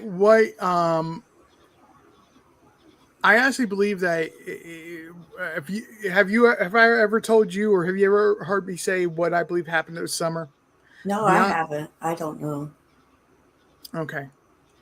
So I believe Candace knows more than what she says. I agree. I believe that there was something nefarious that she was up to that day. Yep. And I refer to it as and people, everybody please hear me out when I say this. I'm sugarcoating it when I say it this way. It was a happy accident. The happy accident is that what Candace had planned was far more I just said the word a moment ago and I can't say it now. Nefarious. Yeah, nefarious. Okay. Then what happened? I believe that there was SA involved. I believe that Candace was going to sell Summer into human trafficking. And whether it be a dry drowning because of the water, her swimming, or the water she was swimming in, or the fact that she had experienced heat sickness related illness. I believe it was one of the two, and I can't place on which one it is, but I believe one of the two was the cause of her demise. And it was far better for her to meet her demise from those than from what would have happened to Summer if she had been put into human trafficking like her mom had wanted. And this is where I say that it's very possible that Grandis knew about it. And I believe there was somebody else involved on Ben Hill Road. And Don Wells found out after. Meaning that Summer was already in a point of her health was declining so fast that they had a very small window to get her to the hospital. And instead they took her down to Jonesboro, thinking that her just going to seeing her dad would be able to be the fix of the issue. She'd perk back up and she'd be fine. But she was so far going down the hill that by the time they got to Jonesboro, she basically was in a comatose state. And from there, I honestly don't know. I believe they have hidden her somewhere in the mountains, in caves, in old miners' entrances. But I from there, I don't know what happened. That just makes makes most sense to me of them hiding Summer, because they didn't want to get in trouble for her sudden illness being related to the swimming or the heat. It was only going to be about 85 degrees that day. But for June 15th to 2021, it had been 90 degrees for a couple days before. But prior to that, it was really cool. Like those 90-degree days jumped up on us like it was unexpected. It was actually in the upper 70s, lower 80s, and then all of a sudden jumped up to 90 degrees for a couple days, and then back down into the low 80s, mid 80s. And the weather and how cool the water was could have played into this, because of it being so cool. For that spring was actually a very cool spring leading up to June 15th or the week before, that water was not swimming temperature water. It was not ready for people to be swimming in that river. Yeah, it hasn't got warm enough yet. Right, exactly.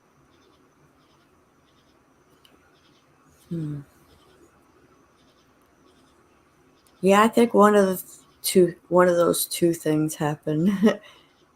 An accident, and yeah, sort of what you're talking about. Or I think Candace. Oh, Candace. Yeah, she might have had plans for summer. Where the wind blows, not ignoring what you're saying, where the wind blows, not exactly. Even though we live in the South, we live in the southern state, the hottest time of the day, because we're in the mountains, doesn't hit till after 4 o'clock.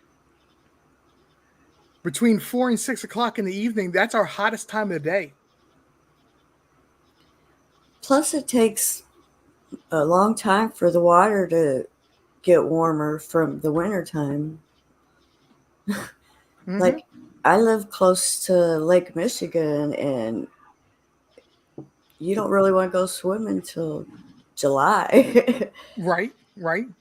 No, so where the wind blows, I'm being honest. I'm 100% being honest. Even though Tennessee is a southern state, because of where we are in elevation, the hottest part of the day is not until about 4 o'clock to 6 o'clock in the evening. That's when we're going to see our hottest temperature, and it's only going to stick around for a couple hours, and then it's just going to fall. Believe it or not, like today, I believe it hit 92 degrees here. Let me actually check that. Hang on.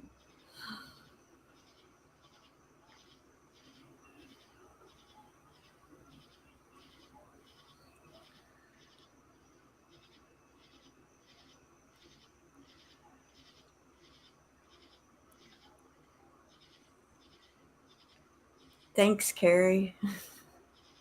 Oh, Carrie always has my back, and she knows that if I have a guest on, that she knows to plug the channel. Cool. So even though I haven't, Nita does that too. Yeah. Even though I haven't said to do that to her, she knew to do it. Okay, so I said it was 92, but it was actually 88 degrees for a high, and that.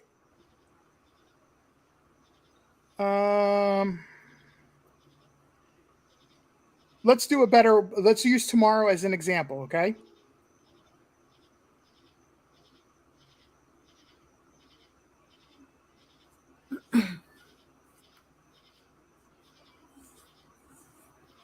So tomorrow, we're supposed to hit 85 degrees in Kingsport. And going by the hourly breakdown on weather.com, it's not supposed to hit 85 degrees till after 3 p.m. That's kind of mild for August, ain't it? Yeah. It won't hit 85 degrees till after 3 p.m. And just to give you an example, like I said, today, 88 degrees for the high, being 10 now being 10:40 at 10:45 ish at night, it's already down to 73 degrees. So it will hit that high, but it doesn't stay that hot very long.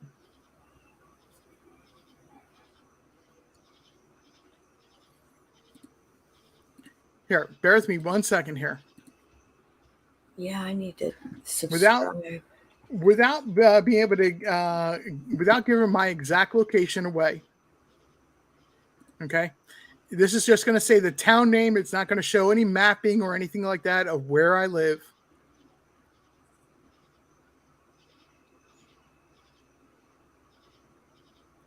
Oh, that's actually the wrong. That's going on to Saturday. This is tomorrow.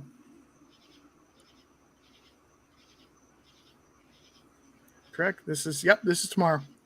Okay, so going by weather.com, which is what I'm about to show you.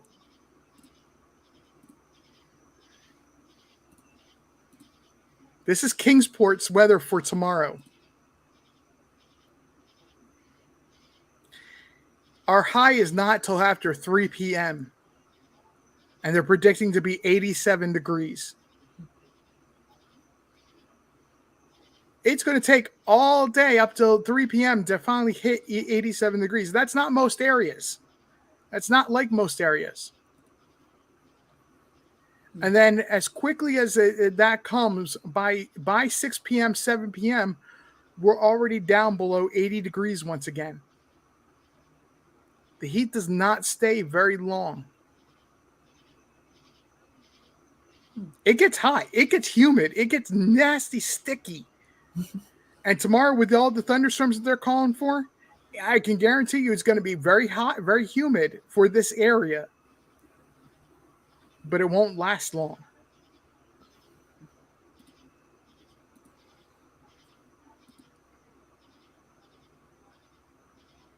How long have you had your channel?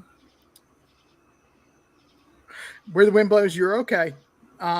So I actually started my channel well before I ever started creating videos.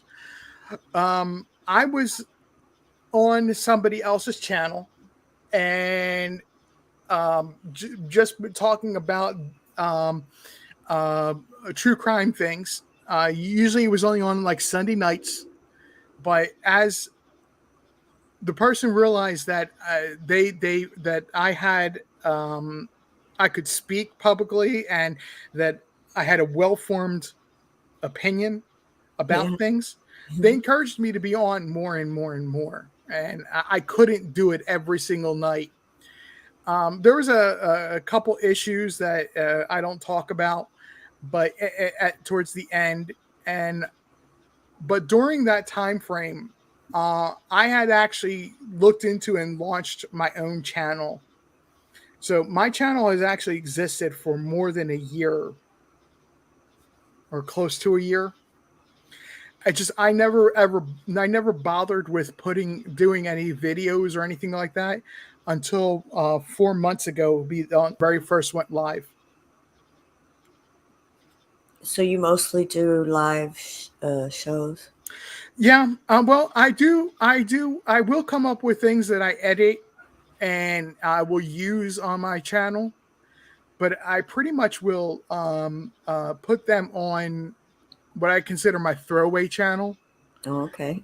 And then they'll sit there as being an unpublished video until I use it in a live. Like, I don't know if you seen what I had, the one I had did, the last one I did on Uvalde. Yeah. I was watching some of that. Yeah. The video that I had played with it was more of, it was a slideshow type of deal. Yeah. I made that. Cool. And then after I had used that in that video, I made it available to so everybody can see it, but it still sits on my alternate channel. Okay, cool. So that's kind of thing I will do is I because of my work schedule and things like that, I can't always sit there and do a video edit. Yeah. Or make up stuff like that. So a lot of times it takes a lot of work. Yeah. Oh, it takes a lot of work. Because of how much I struggled, and that video is like not even 3 minutes long, I think. I struggled so mightily with making that what you saw was actually the third version. I hear you. I had done it and I deleted it. And I had done it again, and I deleted it. I was like, this is just over the top. I can't do it. Mm-hmm. And that third version that you all ended up seeing, I was like, no, I want to do this. I got to do this. I got to make it right, make it look right, make it be right. And that was what you guys saw.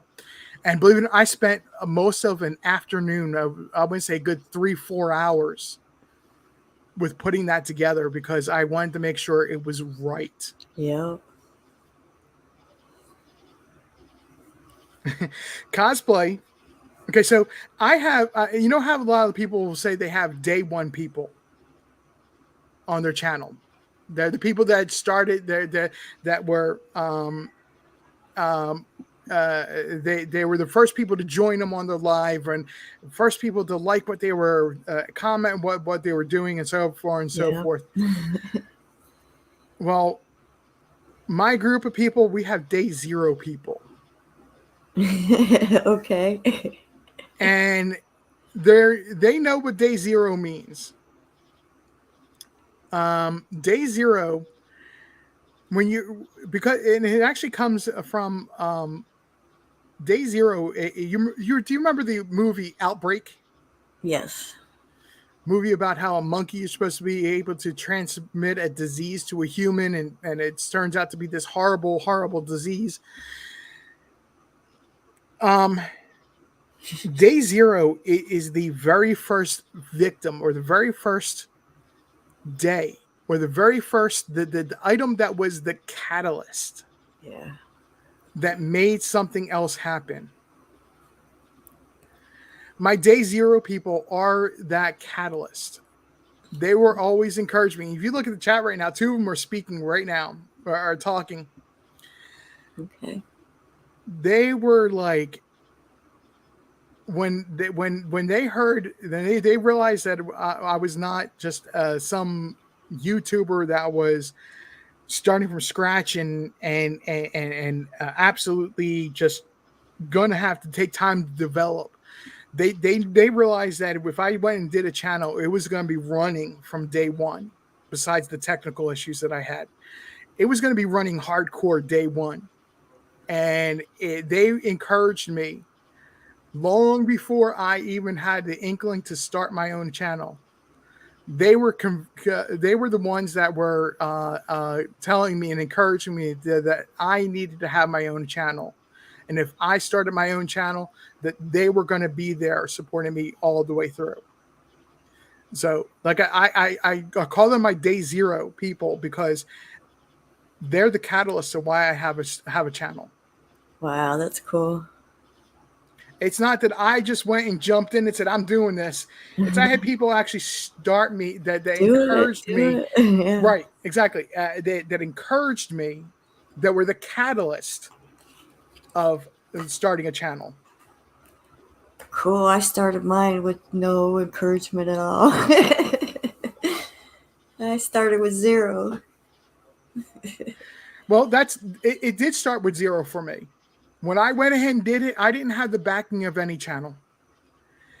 I didn't have the backing of anybody. The reason I say, I owe so much to my day zeros is John Q, Miss Q, Cosplay, Yeah. Carrie Lawson. That's 4 of my day zeros. Cool. They were the ones that said, hey, you really have something. You really are a good speaker. You have a good solid point. You really ought to think about just starting your own channel.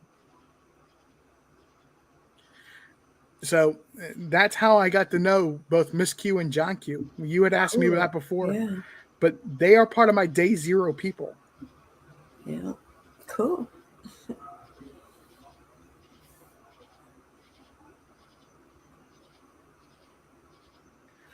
And it has, Cosplay and Carrie have been there 100% for me. There's days where I've gone to them and I've been saying, I've said, look, I got this crazy thought about this.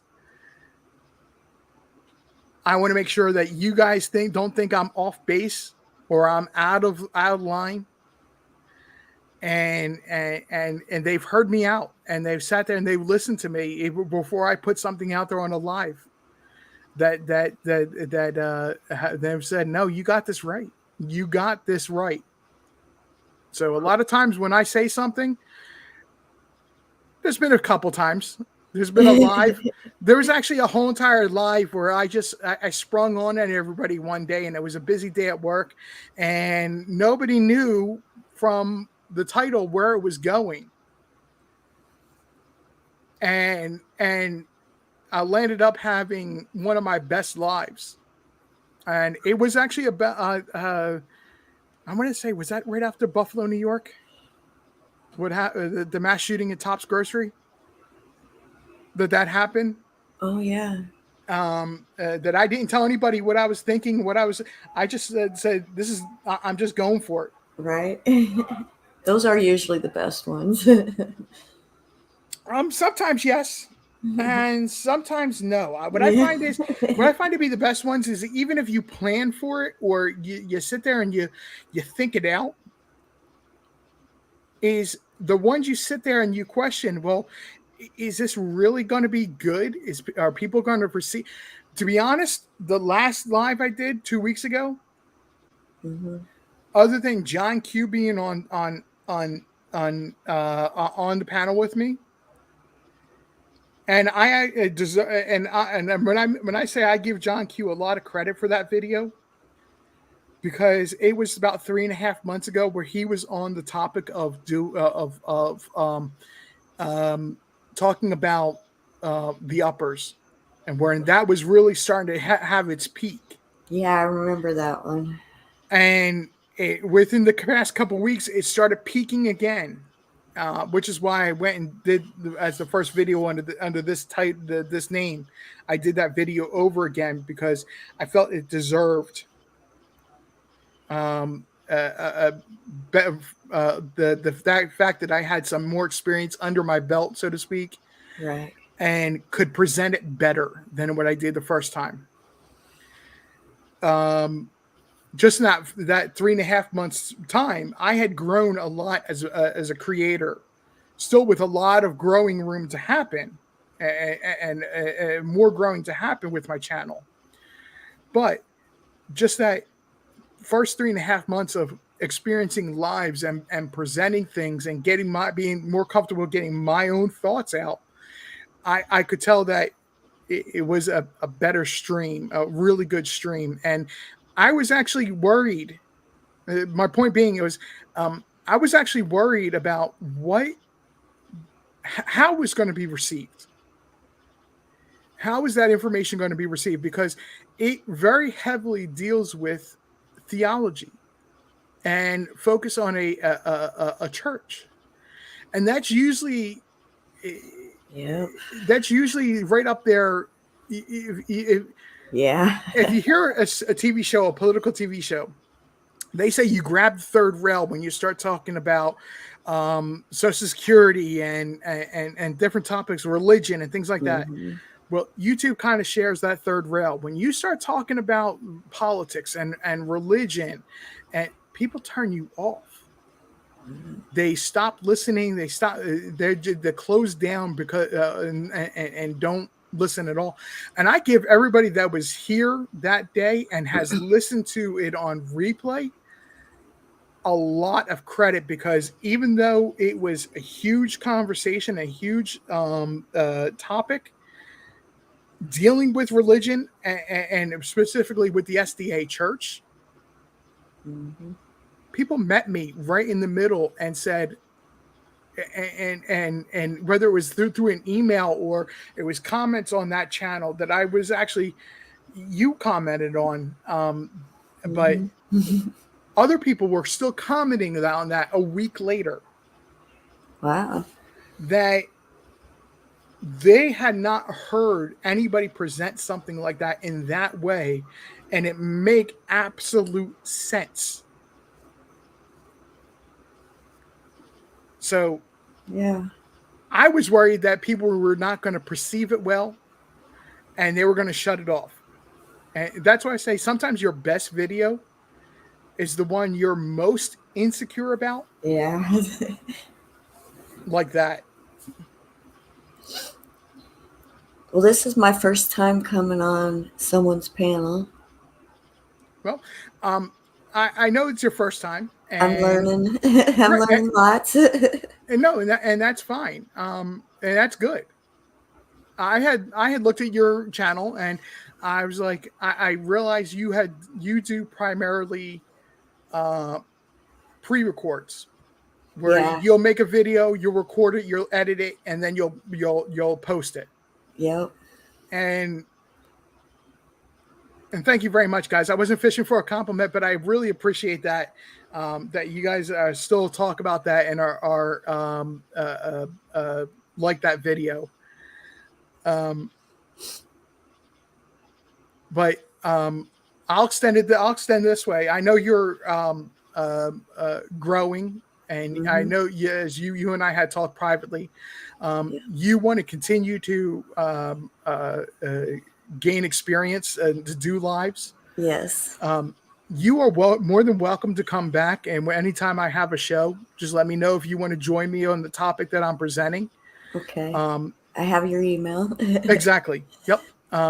Just the only comment I would make, and this is not any negative criticism, don't be afraid to speak up. You know, I'm a chatterbox. Yeah. I will talk. It's something as a creator you develop. Okay. And you will learn to develop that as well as that. When you have something to say, you can't remain silent. You have to be able to you have to voice it. You have to say it. You'll get there. Don't be afraid to. I'm learning. Don't be afraid to.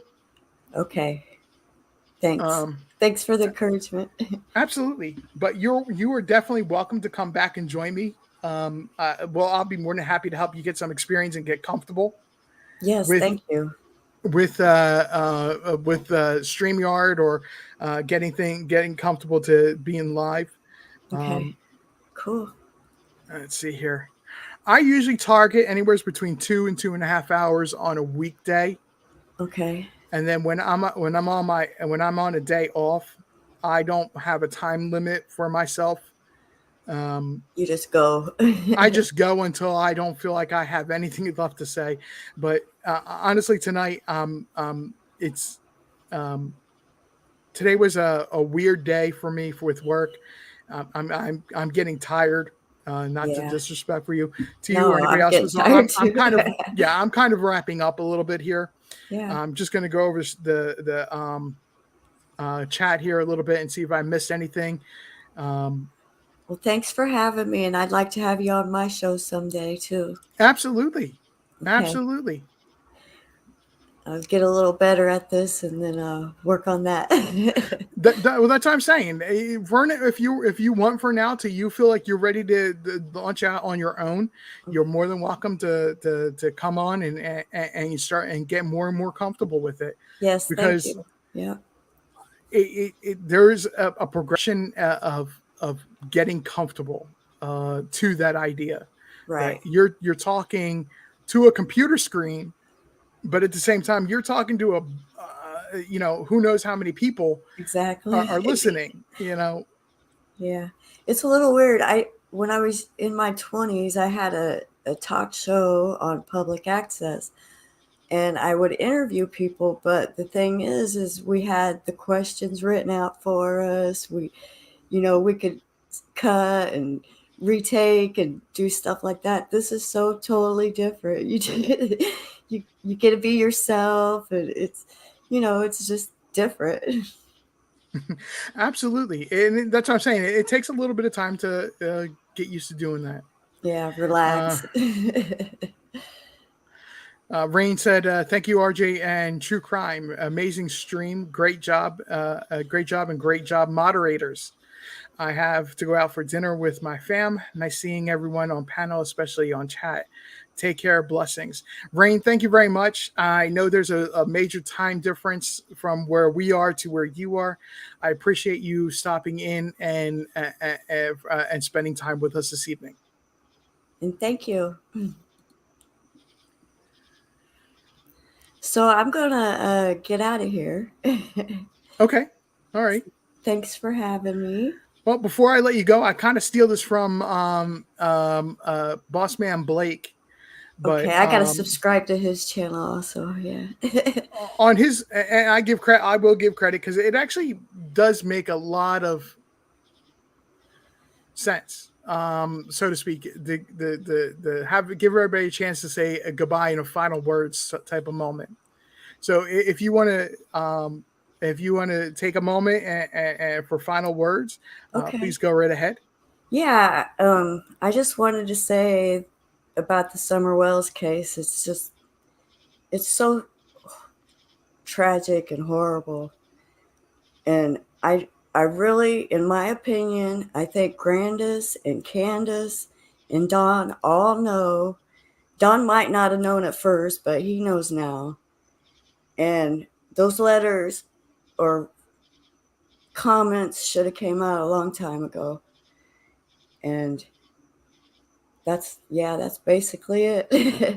It's a horrible story and it needs to be over with.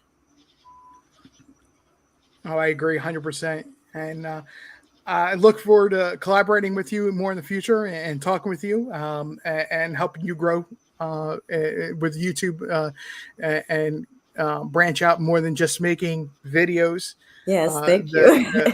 That you post and get you do live videos. And yes, that's my goal. Absolutely. Thanks for helping me. Absolutely. All right. All right. Thanks, have a good night. Have a good night, you too. And thanks for everybody in the chat. Bye. Bye.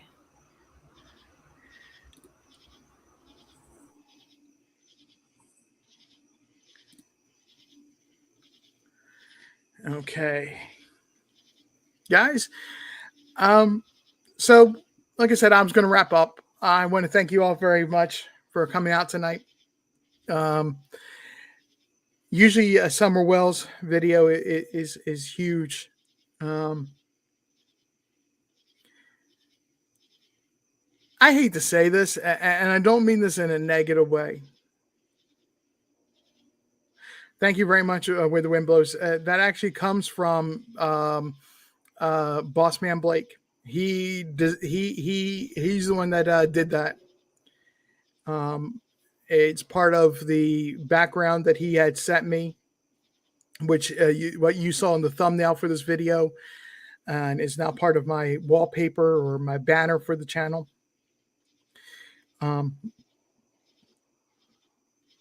I've said this before about Summer Wells, and it's not a negative thing.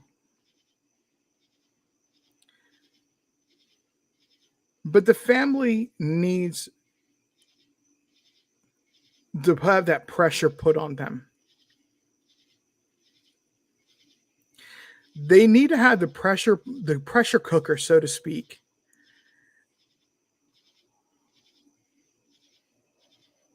That moment where they feel that they have to spill the beans and talk and tell what happened. I honestly and truthfully believe if anybody knows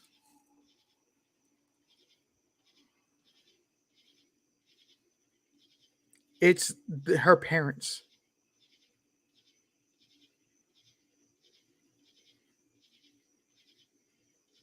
I've said also that I believe that JSB may be involved. And long before a couple weeks ago when Chris McDonough on the Interview Room said that it's about time that Hawkins County TBI or whomever it may be that is in police force come out and say there are 4 persons of interest, and 3 of them are persons that were on Ben Hill Road at the time that did happen. 2 of them being Don and Candace. 3rd one being JSB. 4th one being Grandis. I keep going back and forth with that, though. I keep saying it's either Grandis or it might be even Andy. The problem with the Andy is that I can't see if it's junior or senior.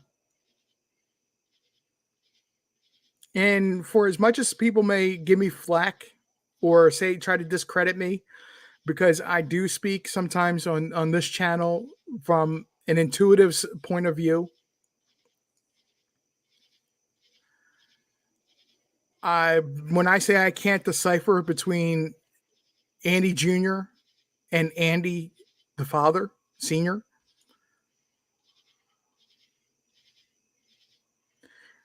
I really that it's the intuitive side of me that can't see it, but it keeps picking up on it's a relative, either father or son. It's male figure, and it's Andy.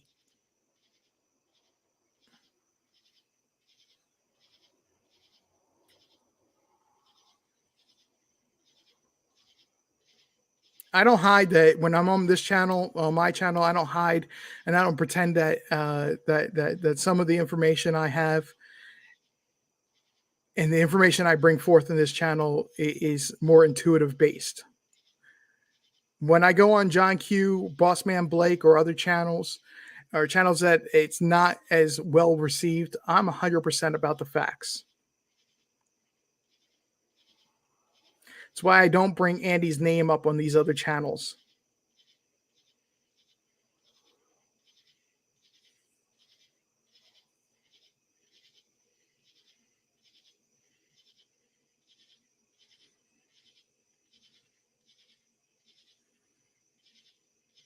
Cosplay, that's absolutely true.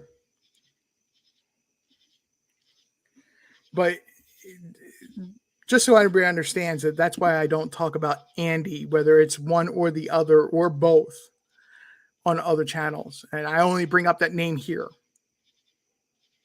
And I only will bring that name up here. It's not that I'm holding back from other channels. I can't decipher which it is.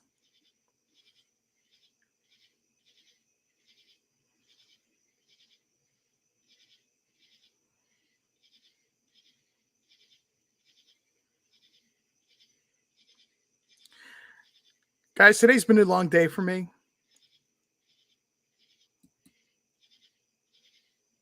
This day here is never a good day for me. Some in my Discord heard me talk about it earlier. Why I just don't like today.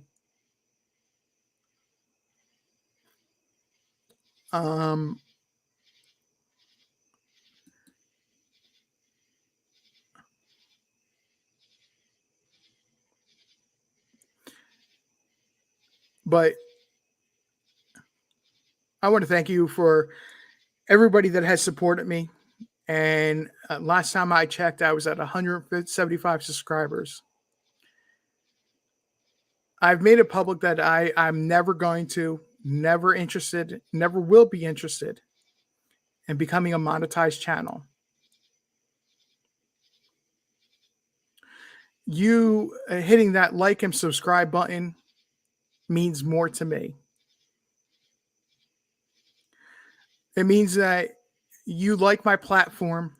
You like that I'm being the honesty I bring, and that the guests, not only the guests, but just the general information that I bring and what I research and find and present, that you guys like it.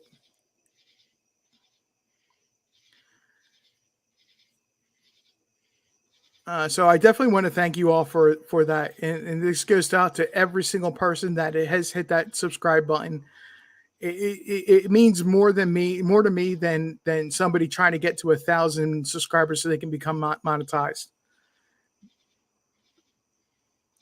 I look forward to growing with you all more, getting to know you all more, and presenting more information. But there's one thing I hope for, and I want to share with you tonight.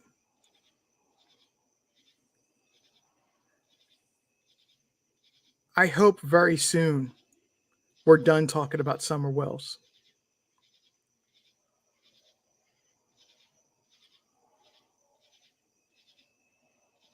I really mean that. I want to be done talking about Summer Wells. I want her to be stored away a memory, a sad memory, a black eye on the Tri-Cities area. Hello, Cherokee Girl. Thank you for coming out nonetheless. I'm actually wrapping up there, Cherokee Girl, but I thank you for coming out. I want Summer Wells to be very, very soon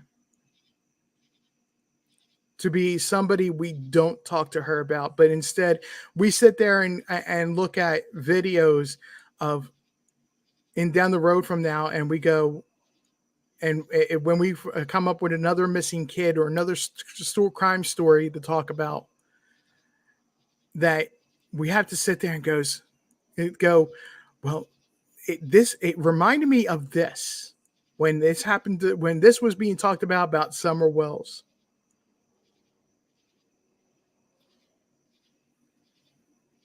Not as an active missing girl.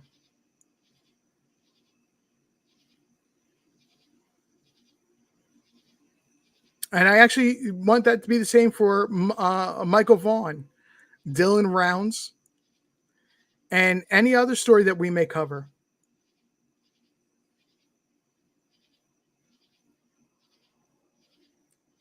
I want us to be able to very quickly and very soon be able to say, yeah, I remember that, because we had to think back 6 months.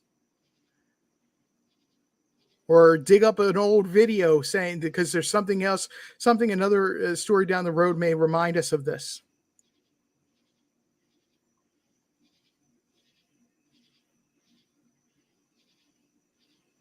Absolutely. Where the wind blows, you're exactly right. We want to need to know the facts. It's why I keep following Evelyn Boswell and what her mom did to her.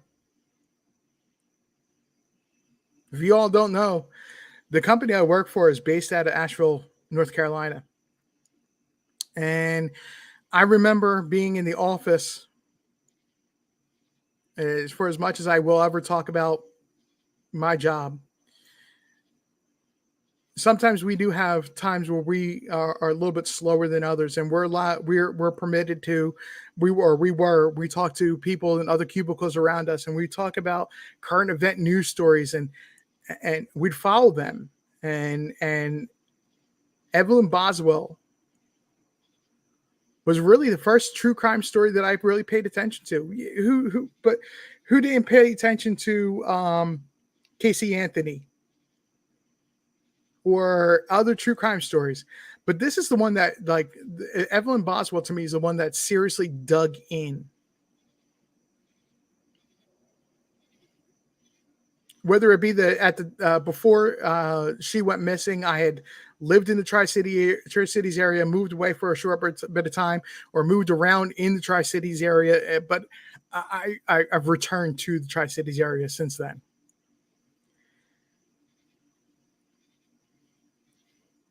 Honeybee, thank you very much for coming out. I hope you have a wonderful evening. That's another story that I'm looking forward to, the trial that's coming up, which I believe is just after the new year now.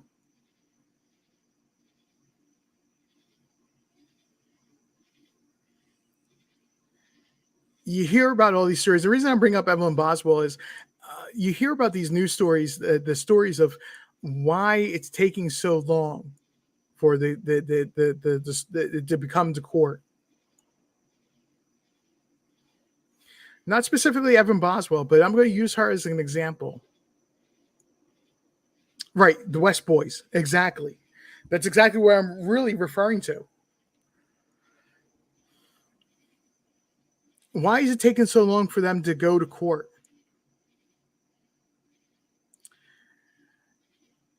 It comes down to, in the case of Evelyn Boswell, it comes down to there is so much evidence so many photos and news stories that were part of cracking the case for Evelyn Boswell, Megan being the mother, that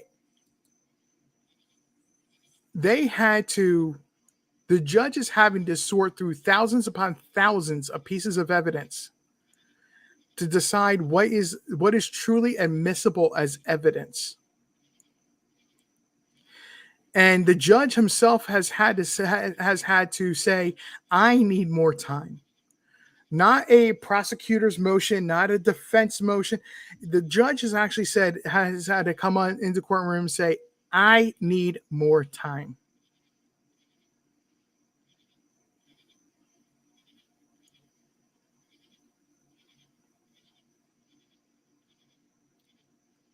There's so much evidence and so much information that the judge is saying, I need more time, and has had to postpone it several times.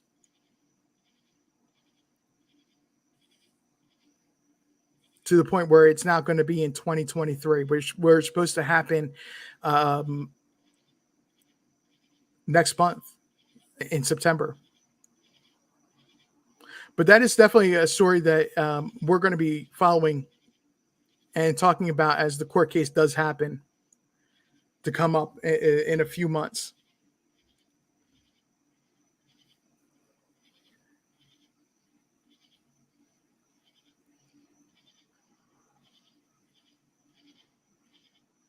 Cherokee Girl, I don't know if you were here part of that when I started talking, when I did that one time about Dylan Rounds.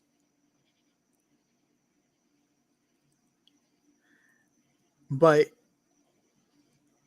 Double Rainbows, if she's still here in the chat, I haven't seen her type for a while. But Dylan Rounds, the very first thing that I picked up on, just so everybody understands my intuition, the very first thing I picked up on him was pumpkin seeds.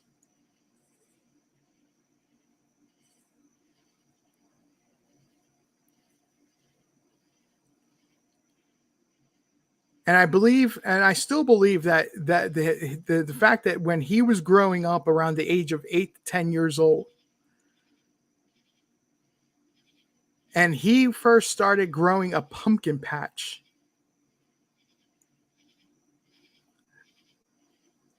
that is where he figured out that he wanted to be a farmer.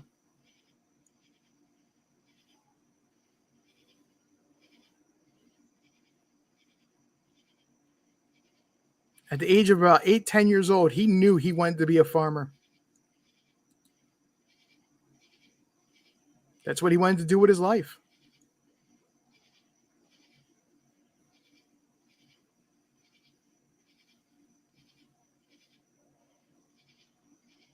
I think next time I do a live, it's going to be on Dylan Rounds. I haven't really sat it down and looked at it since then. About information that's come out since then. But I think I'm going to get into that more.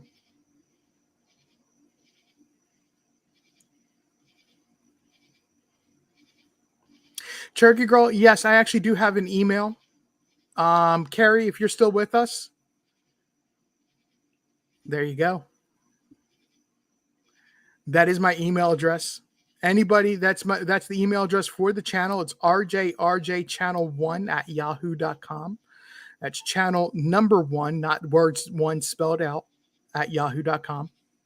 Anybody is welcome to email me at that channel or at that email address. If I do a live and you send me an email, and by the time I do a live next, if I do not respond to you, please let me know. It's very easy for it to slip into spam folder, and I'm prone to not have checked that and missed an email. I will not take offense to it and say, hey, I didn't get a response from email I sent on such and such a date. I won't be offended. I'll actually stop and look.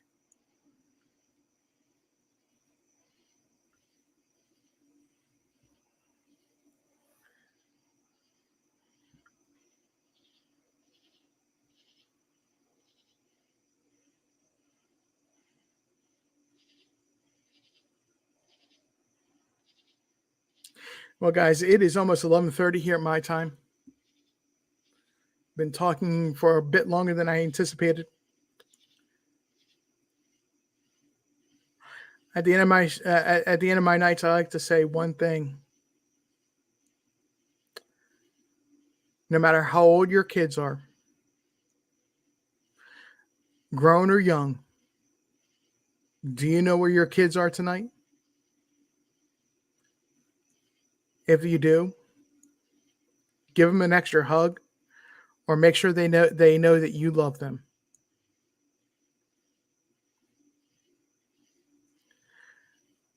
Thank you all for coming out tonight. I am RJ. You have been listening to Conversations Living Room with RJ. Have a good night. I'm out.